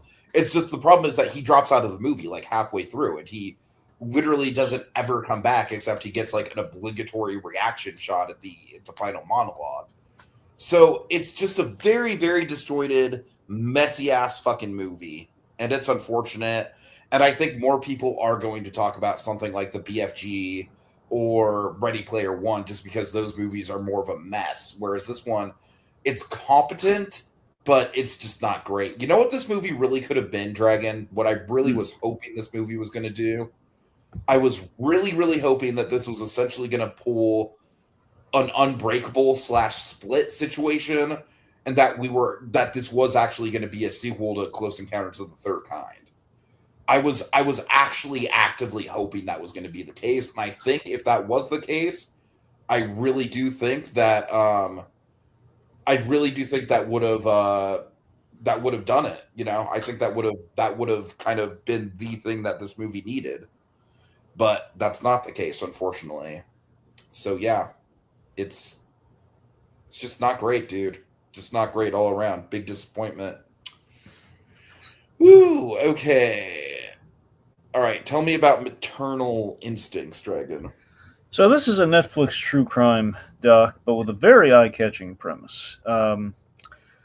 Very engrossing premise, I should say. So basically, movie opens like this. A woman is stopped, like a traffic stop. You know, have like the cops, like body cam or whatever. Woman is stopped after delivering her baby, and basically, is with the baby in hand, is driving to the hospital. Cop pulls her over, and basically is in a panic over the baby's not breathing. Like she was on her way to the hospital, and she delivered, and she had like probably had to stop, pull over, deliver the baby, and now was like rushing to the hospital to see what's wrong with the baby because it got delivered early. But we get to that, so again, the EMS crew, whatever, the EMT shows up, they guide her to the hospital, and she gets to the hospital, and then we reveal. Uh, there are no signs that this lady gave birth. Hmm. So interesting premise already, and this is all real. All it's all it's documentary. So they, I don't want to give it away per se, but there's a lot of intrigue, a lot of dark stuff, kind of led into that moment that we opened with in the documentary. It's unsettling, it's engrossing for sure. It's it was this is the kind of stuff if they're gonna do true crime stuff on Netflix, I wanted to have like an interesting sell like that, something's gonna draw you in. I think they accomplished that. Mm-hmm. Yeah. Okay. Cool. Cool. All right. Next up, Scary Movie 6. Fuck me. This movie was fucking awful. This movie was everything that you didn't want it to be. There's no redeeming elements of it. Well, I guess the one redeeming element of it is that like people like the Wayans brothers, like the original cast, the Wayans brothers and Anna Faris, and especially Regina King, man, they're trying. They're trying so fucking hard. But the script for this movie's awful. It's Dragon. What really bothers me about this movie is that they're just doing Ghostface again. Like every other parody will be so fucking out of left field. Like it'll be like quick blink and you miss it references. Like I really think that this movie could have done like, like a send up of like the A24 horror movies. Like stuff like Midsommar and Hereditary, like Ari Aster, no Ari Aster stuff in this movie at all, which I think is fucking ridiculous. Like there's barely any A24 horror besides something like The Substance, which is like one of the more mainline A24 horror movies. It's just a big old waste of potential. I had high hopes for this just based on The Naked Gun, but The Naked Gun kind of proves that yeah, the Lonely Island guys, they can definitely do parody, but this is just not it. This sucked. Just sucked hard and I have no notes about it. It just sucked. All right, Power Ballad. This was okay. This was basically Paul Rudd is a aspiring songwriter who's also the lead in a wedding 80s cover band. And Nick, do I even have to fucking explain this, Dragon? It's such a basic like plot. Not really. Nick Jonas steals his song, and Paul Rudd is jealous about it, and he mopes about it for most of the movie. And it's okay. I think Paul Rudd actually does do a good performance. I think he's allowed to be kind of unlikable in this movie, and it actually works, surprisingly. Like, Paul Rudd is like carrying this movie on his shoulders. Nick Jonas is not. Nick Jonas is just, he's not bad, but he's like, I really wish they would have gotten like an actual, like, I understand getting a singer for the role, but they should have gotten someone who could actually like really carry a role like this. I don't know, man. It's just very basic. It's a very basic movie. I didn't care for it. Oh god, Jackass Best and Last. Guess what, Dragon? I didn't really care for this one either. This was a rough month, man. This was a rough month. Well, you could have been more discerning with your picks too, but you know, it was an awful month, dude. Here's the thing with Jackass. It's not a bad movie. It's just the problem with this movie is that literally like a good half of it, if not more than half, is just clips. It's just clips of stuff that we've already seen from the other movies and the TV show and stuff. And honestly, if they would have done that but had more interviews, like there's a few interviews, there's a couple interviews here and there of like, Knoxville, Pontius, Steve-O, like there's a couple interviews, but it's not much. Like there, I feel like if they were to do like a best of, I wish they would have framed it as more of a documentary than a new Jackass movie. Now, that being said, the new stuff that they do actually film in this thing, it's great. There's a bit with Steve-O getting a colonoscopy from a robot that is like all-timer Jackass material, Dragon. It's fucking awesome. Like, there is some really good stunts in here. Like, I'm not going to say there's not. But at the same time, it's like, I just think that this movie, I wish it would have picked a lane. I wish it would have either been like, Poopies is great. Yes, Poopies is great. He's great. Poopies is a new cast member, Dragon. He came in part 4, and he kind of steals the show in this one.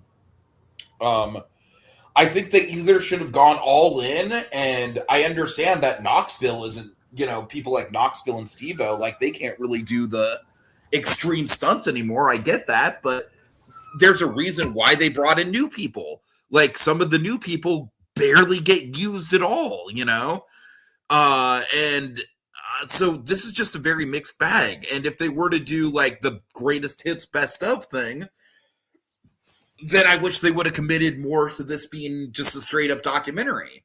Like the movie literally starts with footage of the very first thing that the Jackass crew filmed when they were basically teenagers. And it's essentially Knoxville getting shot point blank with a fucking handgun wearing a bulletproof vest. Like they're just in the woods. And it's a great start, and it's footage that, we've never seen before. There is some good footage that we've never seen before. And if they would have if they would have stuck to that more, if they would have stuck to the documentary, like actually have like talking heads about like, okay, this is how Jackass came about. This is what it was like when we were first, on the scene. This is what it was like to work with, like make it really like a full talking heads Jackass experience of a documentary. And they just don't commit to either. They don't commit to it being a straight up new movie. And they also don't commit to it being a documentary. And so it's just this weird kind of halfway in between kind of purgatory of a movie. So out of the new releases, unfortunately, it's still one of the better ones, but it's not great. It's really not great. Then, good God, the death of Robin Hood. I don't even know what to say about this one, man. Did you ever see Pig, the Nicolas Cage movie? Pig, not so, hold on a second. I'm trying to think if it was Pig or Mud. No. You don't know. Like, I'm thinking of Joe. So no, I have not seen Pig. No. All three of those movies are very similar, honestly. That's what I'm saying. I saw the. I think I saw the one called Joe. The one where he plays like a guy named Joe who mentors the kid. That one I've seen. Uh-huh. And then that movie is basically a remake of the Matthew McConaughey movie Mud. No, so this was directed by the guy who did Pig, really, really good Nicolas Cage movie, arguably one of Nick Cage's best performances, I think. And he also did A Quiet Place Day One, which was kind of a disappointment for me, but more on a script level. I thought the directing was on point. And this is just essentially like Dragon. Okay, do you remember the talk? Speaking of Ridley Scott, do you remember the Ridley Scott Robin Hood movie from like about 10-ish years ago? Do you remember who Robin Hood was in that movie? I believe it was Russell Crowe. I vaguely remember that. Yeah. Mm-hmm. From this day forth, I declare him an outlaw. So that movie, it did like I've always really not liked that movie because it's like, oh, okay, you're just taking all the fun out of Robin Hood. Well, this movie sees that movie taking all the fun out of Robin Hood, and they're like, hold my beer. Because this movie's fucking miserable, dude. Like, Robin Hood in this movie is not Robin Hood. He's just a bastard. He's just a bastard that has, like, killed countless people, countless families, and now all the families are coming for him. And Dragon, did you know that revenge and the cycle of violence is bad, actually? Because that's the point, that the movie's going to hit over your head over and over and over and over and over again, to the point where I was just like, all right, I get it. Revenge is bad. Fuck me, dude. I hated this movie. I hated sitting through it. I hated the look of it. I hated Hugh Jackman, his performance is fine, but he's basically just mumbling through the whole thing. He's not really emoting. I think the best performance was Bill Skarsgård as Little John, who is only in it for about 20 minutes. And he's not like an accurate version of Little John, but he's kind of like a barbarian Little John, which is like, why? No, Robin Hood has no charisma. Like negative charisma. Robin Hood is a charisma vacuum in this movie. Yeah, I don't know, man. Like, obviously, I don't think this is as bad as something like Scary Movie 6. Like, this movie is at least trying to do something. Unlike Scary Movie 6, where they could have tried to do something, but they just didn't. It still sucks, though. It's still, like, Dragon, it was so fucking boring, man. I was so restless in the theater. It was one of those movies where I kept looking at the clock every 5 minutes, and I'm like, when the fuck is this going to end? Oh my God. So yeah, that wasn't great. That wasn't great at all. All right. So yeah, great month of movies, right? Great month of new releases. Holy fuck. Yeah, real lineup there for you. It's really kind of crazy just how bad this month was. All right. Okay, let's get to some TV. Much better stuff in this section, thank God. Okay, The Bear Season 5. Dragon and I already did a spoiler cast on it, but stuff to say, we both really liked it. The whole season takes place over the course of one day, which I think was a really, really clever way to do it. I really, really like that approach. I think it was a satisfying ending in the wake of a lot of TV shows not really knowing how to end. So yeah, The Bear Season 5 definitely gets my seal of approval. It's my overall. Yeah, it's a great finale to the series. I mean, season 3 in the grand scheme of things a little rough, but the last 2 seasons, it's a good package deal. It was catharsis and closure. That plate drop moment, man, and Uncle Jimmy just throughout the show. I mean, that was the season. The mounting tension, the framing device, a lot of full circle components. I was very pleased with it. So it was a great series. All righty. Next up, we got Daredevil Born Again season 2. I mean, this is just, it's fantastic, Dragon. It's honestly kind of crazy just how much this ties into like the real world politics, like the ice of it all and everything like that. It's like it's art imitating life in the craziest sort of way. It's super compelling. I think every episode just carries its own weight in the grand scheme of things. It doesn't feel like there's any filler. Obviously, I think the highlight is the gloves off episode with all the bullseye stuff. That's great, but the whole season carries a lot of momentum all the way through. Like no real notes, just fantastic all around. Yeah. All right. Okay, let me tell you about For All Mankind, Season 5. So this is the penultimate season. They revealed the next season will indeed be the last, which makes sense because of the way the show works. The show basically jumps 10 years in time every season. So that basically brings us, I mean, more or less up to date. It won't take us to the 2020s, but still, it's pretty, I don't think. I forget, there was a date at the very end of the season, so there's like how they hype up the next season. I forget what year they put on there, but the point being, there's a time jump every season. It's roughly 10 years. So, yeah, this is the penultimate season. And always just a great premise. This was always like one of Apple's like one from Apple TV's like all-star lineup of shows. You had Ted Lasso, and you had this, and you had a few like some people really like Slow Horses. You had kind of Shrinking, and that's kind of like what your lineup is. So this is basically the whole show is like, what if the Russians beat us to the moon historically, and then was the domino effect in this alternative history? That's basically what the whole premise is.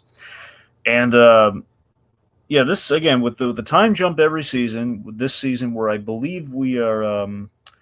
We're in the 2000s. Joel Kinnaman was our main character. He is Ed Baldwin. He's in his 90s in this show. They aged him up into his 90s, and his acting's very on. His acting's really good in the show. He's always been good in the show, but having him like age just consistently in the character growth on him, and just seeing where he's at this season. And basically, with this season again, it's kind of timely as well, but it's a sense of it's the premise of, if we colonized Mars, which of course is the thing these days we actively talk about, the hypotheticals. But this is basically, what if we actually got to that point where we actually did it, and there's like civilization on Mars, like we've begun the process and we're developing Mars into all this, and people from Earth are on Mars, like basically building a better Mars, like as our contingency plan B, and like another alternative to life on Earth with the overpopulation and everything. Those guys might be treated as like a second-class citizen. Like, you left the Earth, you're staying up there, and that basically there's kind of a sovereignty of Mars, and there's kind of a conflict there. There's citizens on Mars. Sort of almost sounds like the opposite of the Wall-E situation a little bit. Little bit, yeah. I mean, there are elements of Wall-E in this show, but yeah, there's definitely it's building on that. So season 4 kind of teed all the tension up, and season 5 is where it fully gets into it. Where like there's aftermath, there's there was a riot in season 4 between this conflict, and this is like the aftermath of that. So you get great tension. There's some conspiracy angles. Honestly, there are a lot of AI parallels in terms of like the fear of like being replaced. Like having your manual job replaced, and where's that going to leave you when you're basically kind of stuck on Mars? If you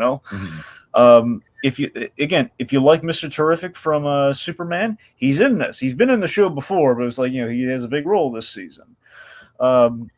I also young John Kreese, so the actor played young John Kreese from Cobra Kai. He's a pretty solid role in this. Admittedly, the show's always had there's maybe a plot line or two it's not bad, but it's not like the big eye catching one. But this season, I think they keep every progressive season, but up to this point, like they keep trimming the fat of like the unnecessary plot points. So I think the plot points they keep in there are more and more interesting, or at least more integral to the plot. So it's like it's been getting better as it goes on, and it keeps to the essentials more and more. And it has an ending that, frankly, if they didn't have like a bit of a dot in there, you could have said, "Oh man, this could have been the ending to the whole series." But I was kind of shocked at the end. Like it's like at the kind of the post credit kind of scenes, like, oh my God, there's more. There's one more season coming. And I confirmed, like, oh my God, thank goodness there actually is one more season coming. There's going to be an ending. Hooray! So yeah, I highly recommend For All Mankind. It's still a really good show. All right, Punisher, One Last Kill. This might be the one. I actually don't really know what you think of this. We've never really talked about it, but this might be the one that you and I disagree with the most. I didn't think it was bad. I just thought it was way overly nihilistic.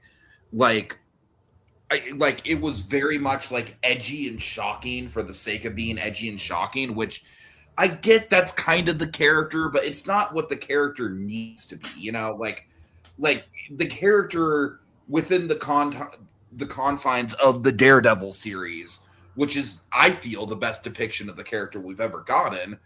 Like, we don't need literal fucking like dogs being, I'm sorry, Dragon, but that did it left a bad taste in my mouth, like right off the bat. Like, why like, just to harass the home, why do we need to see the dog being thrown right in front of the fucking truck like that?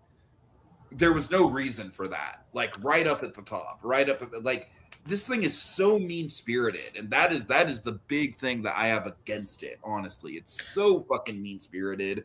It's so nihilistic.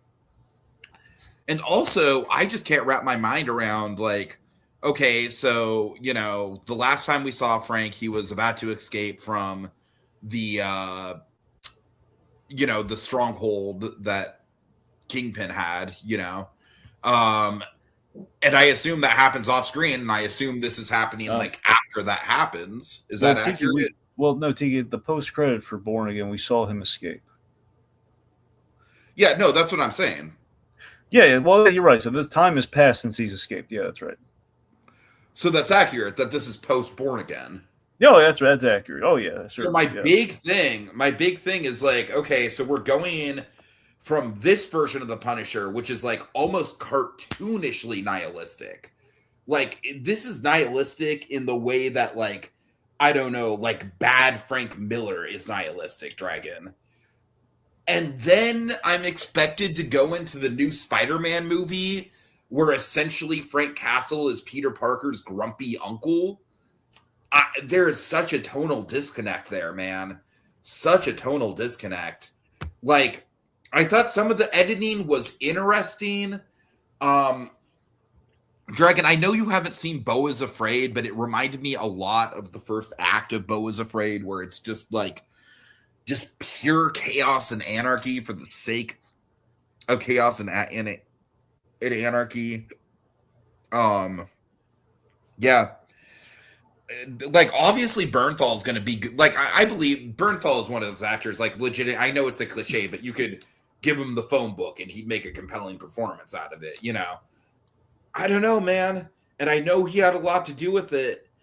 And like I said, it's the thing that I just keep going back to is that this thing was just way too nihilistic for me. I don't feel like we as a society needed something this nihilistic. It was way too bleak. And like I said, I understand that that's what the Punisher is to a certain extent, but like, you can do the Punisher and have it be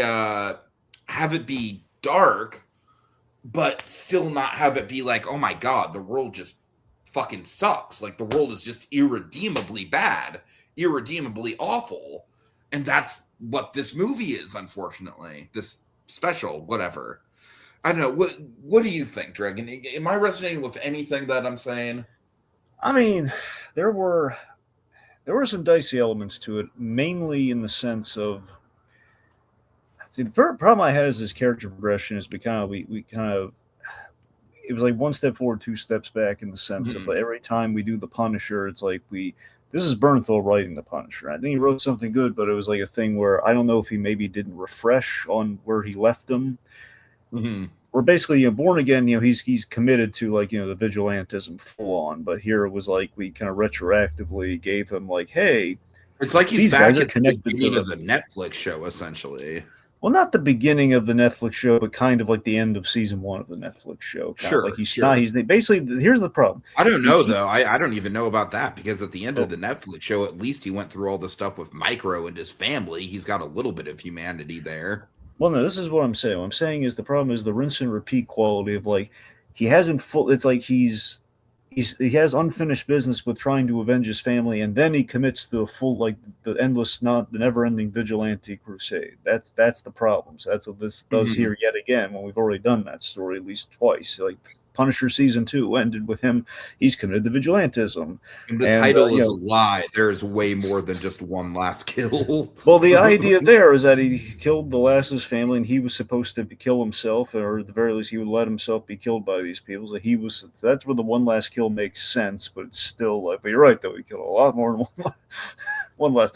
I mean, believe it or not, that's also kind of the plot of the death of Robin Hood. Is that like bandits like kidnap Little John's family, and Little John's like, "Come help me rescue them, Robin." And Robin's like, "Oh, I'll probably get killed doing this. Sounds great. Let's go." So I mean, look with this with the tone though, Tiki. I mean, again, it's consistent with it's very Garth Ennis in the writing, so it's very reflective of. Like, it is. I don't necessarily think that's a great thing. Well, that's what like the Punisher, Welcome Back Frank, and everything. That was like the big Punisher that really defined who that character was in terms of like the black humor element of the character. So I mean, look, as far as how it connects to Spider-Man, that's I don't know. I still think like they can. I just have a really hard time picturing like because he's Grumpy Uncle in the trailers, Dragon. That's what he is. He's Grumpy Uncle. Well, that's what I'm saying. He's not grumpy. You're saying he's grumpy. It doesn't make him Grumpy Uncle. It just means like he's who he is, and Spider-Man is like kind of censoring him in the movie or like kind of curbing the darker tendencies. So that can still work. That's what I'm saying. Yeah, we'll see. We'll see. Okay, the point being though, like I think a lot of that special works. I mean, the only thing I have is just in the construction of it, but beyond that, I think the execution. I really like the execution of it myself. But it's kind of still it's accepting like it's a premise we've kind of done before. But aside from that, and also I love that we had the Nucci like the lady that was getting revenge on. So it's like the one thing we didn't do in any of the Netflix stuff or any of the live action stuff. The Punisher was like, oh my god, we're doing the Nucci's because that's from that Garth Ennis run. That we're pulling like the one element that we had like a little Easter egg of in like the first season of his Netflix show, but we never did anything with it. It's like, oh my god, we're kind of doing something with it now, and we put her in the chair and everything. That's great. Mm-hmm. So that makes me want more Punisher. Frankly, like the kind of like, can we flesh out where we were going with this? Because it feels a little unfinished, but who knows? Mm-hmm. All right. Okay, so for me, Michael Jackson, The Verdict. So clearly, Michael Jackson stuff. I think Michael Jackson stuff has been beaten into the ground. I don't need to see any more of it. So clearly, this is a cash in on the Michael Jackson, on the Michael movie. Just a little bit. Only it's. Basically, the whole sell is like it's like we're covering what we could talk about in the movie, or at least in time for the movie's release, or what they had to cut out of the movie, and this leads to anyway. With me with Michael Jackson, the whole with the whole trial thing and everything, and the whole like the accusations and the whole shebang there. I mean, over the years, I've kind of wavered back and forth on it, and I've always had distance from like the allegations era of Michael Jackson. Unfortunately, my introduction to Michael Jackson was during that Wacko Jacko era, and I kind of learned about him like looking backwards from that. That was kind of the thing where, oh man, who's this weird guy? And you thought, oh man, this weird guy used to be really good, or used to be like really like solidly like the '80s Michael Jackson was like that was the peak, So, like I said, over the years, I've kind of flip flopped, and it was just kind of like I gotta give credit to this thing. I think it presents both sides in such a way that you can't say with a certainty one way or another, and I kind of like how it went about that. The end point that they get at is that it's a career killer. What happened to him? It's this moment for him in his life and this frenzy and everything. And the trial stuff was kind of interesting and kind of like threw us loose. I mean, I never followed like the trial verbatim. All I know is like kind of the big like stuff that VH1 covered, from like I love the 2000s, I love the 90s or whatever.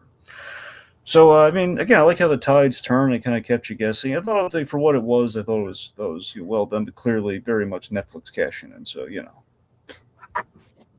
Okay. All right.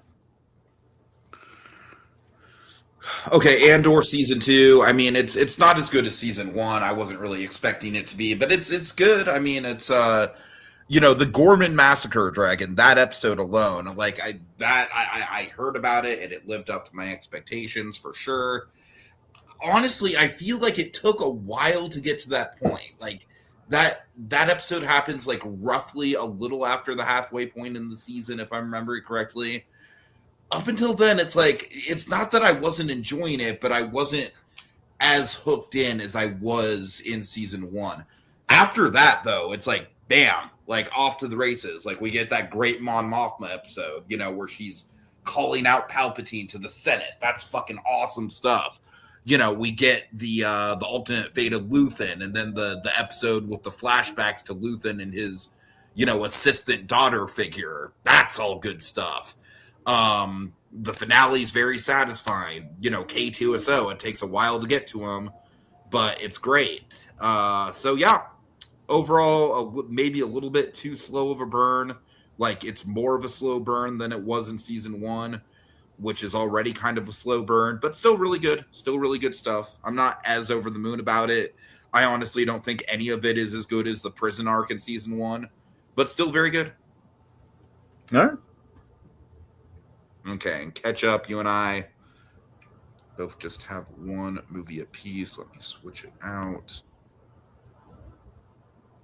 God damn it. Sorry. Okay. All right, so Labyrinth, Dragon. I'm really kind of surprised you haven't seen this. It was one of those things where I was watching it for the anniversary, and I realized, oh crap, I don't think I ever finished Labyrinth. Mm-hmm. You know, so I had seen parts of it, but I not all the way through. So having properly watched Labyrinth from start to finish, you know, Labyrinth, Jim Henson's fantasy follow-up to Dark Crystal, David Bowie, he's great. Production design, awesome. How he brought, you know, the Brian Proud design work and the art style to life. Labyrinth itself, you know, mind-boggling. A little bloated in places, just a little bit. Little heavy on the music because of Bowie, obviously. The music's not bad, but just a little heavy on it. The premise is really good on Labyrinth. It's just a little too... I feel we're a little thrown into things at the beginning, like the mission to save baby Toby, but it's like the circumstances in getting there, like she's back channeling with the Goblin King. We don't really, you know, it just kind of comes out of nowhere. It's like, okay, the girl kind of, like, there's a statue of the Goblin King. We never explain how that got there. I mean, she's just kind of into it, but somehow she's courted like a relationship with the real guy, and the goblins are at the waiting. Like, why do they care? Like, you know, these are things that do not hurt the enjoyment of the movie, but it's when I look back on, it's like, you know, I mean, I think we forgive a lot with Dark Crystal because, again, it has like the ambiance and everything, and there's a lot to interpret. Here, it's like, okay, there is a very direct plot. We're thrown into it, and this is what happens. We kind of spell it out, not in a bad way. We kind of spell it out in a quick way, and we kind of go from there. I think Henson nailed the adventure part of it. It's just the actual plot could have been tightened just a skosh, not by much, but just a skosh. You know, it wasn't mind-bendingly as cool to me as Dark Crystal. I kind of knew that going into it because I love Dark Crystal. I love what we have there, but it is impressive, without question. I mean, we have Ludo, man. Ludo's sad. You know, it's great. Yeah, cool. I remember seeing Labyrinth in art class before I even knew who David Bowie was, so it kind of went over my head. Yeah. All right, Dragon, would you like me to tell you about my dicks? No. That's literally how my friend from movie night proposed it. Like, let me show you my dicks. Well, your friend's kind of stupid. No, it was a funny bit. Come on. I know. Well, funny's using it strongly, but you know, it's. All right, so Dicks the musical. I saw a trailer for this back in the day, but it never came anywhere near me. This movie is fucking wild, dude. The plot, Dragon, it's literally just the Parent Trap. It's literally just, I'm not even kidding. They make no bones about it. Like, it is the Parent Trap. Like, the two leads who are very much unknowns. They're kind of like theater people, you know, who made a two-man show, a two-man musical show off Broadway, maybe not even off Broadway. I think this is done like in college campuses or something like that. And so those two guys, you know, they're not really, they basically just play the titular dicks, and they are dicks. They're salesmen, you know, so they are kind of dicks in that way. And also the gag is that the characters are written to be very heterosexual, but the actors are very gay and they play it very gay. So there's kind of this like really funny dichotomy running throughout the whole thing. But Dragon, let me tell you about the Parent Trap angle here, because I honestly think, as crass as this movie is, and I definitely think there's going to be elements of this movie that would make you uncomfortable, but the parents are fucking Megan Mullally and Nathan goddamn Lane, and they both absolutely crush it, Dragon. They both crush it so fucking hard. So the whole idea is that the two leads, they're twins. They were separated at birth. They meet up at a job, and they're like, "Oh my god, we're twins! Holy shit!" And then they literally just do the Parent Trap thing to try and get the parents back together, and it's pretty amazing, honestly. Like, it's campy, it's incredibly gay. Bowen Yang is in it as a very, very gay depiction of God. This is a good Pride Month watch, I guess. Dragon, I have 2 words for you, and I'm not going to elaborate on it. If you want to know what these 2 words mean, you gotta watch the actual movie. All right, are you ready? Yeah. Sewer boys, Dragon.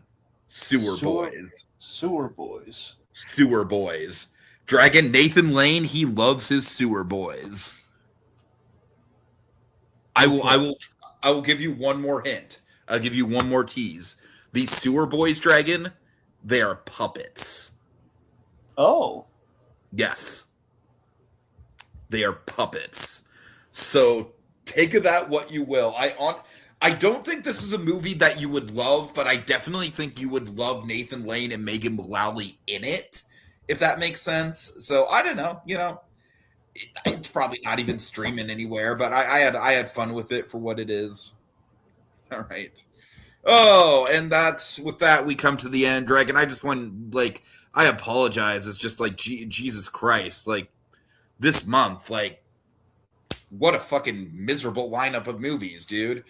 You know what made it even more miserable is that all of these movies, like Disclosure Day, Supergirl, Jackass, even The Death of Robin Hood to a certain extent, I didn't like any of them, but they're not actively terrible either. It's like they're trying. There is some effort.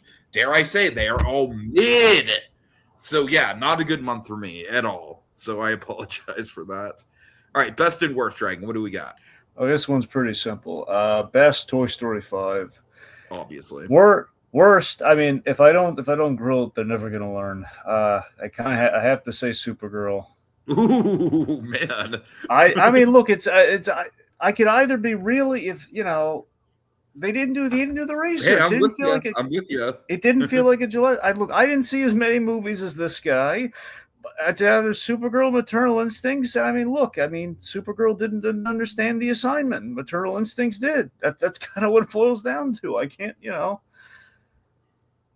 If I want to play it safe, I'd say Maternal Instincts. If I want James Gunn to take notes, I have to say Supergirl. All right. So for me, best is obviously Toy Story.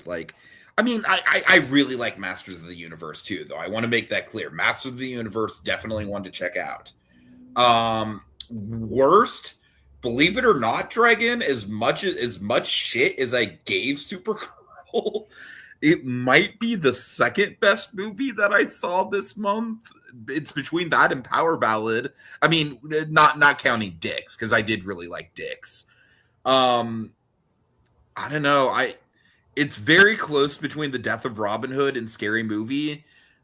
I think I'm going to have to go Scary Movie, because at least The Death of Robin Hood was trying something. It didn't succeed in what it was trying, but it was trying.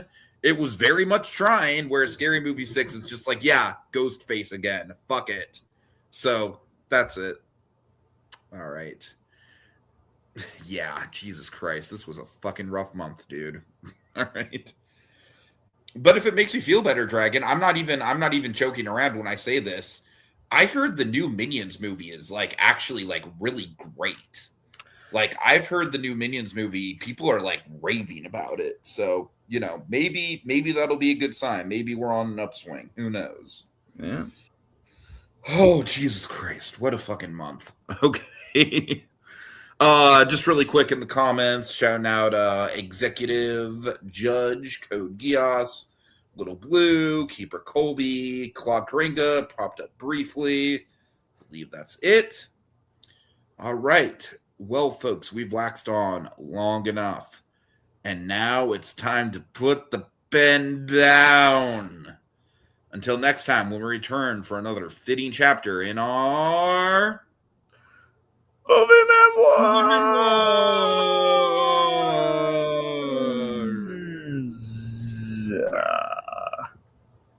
I'm going to go be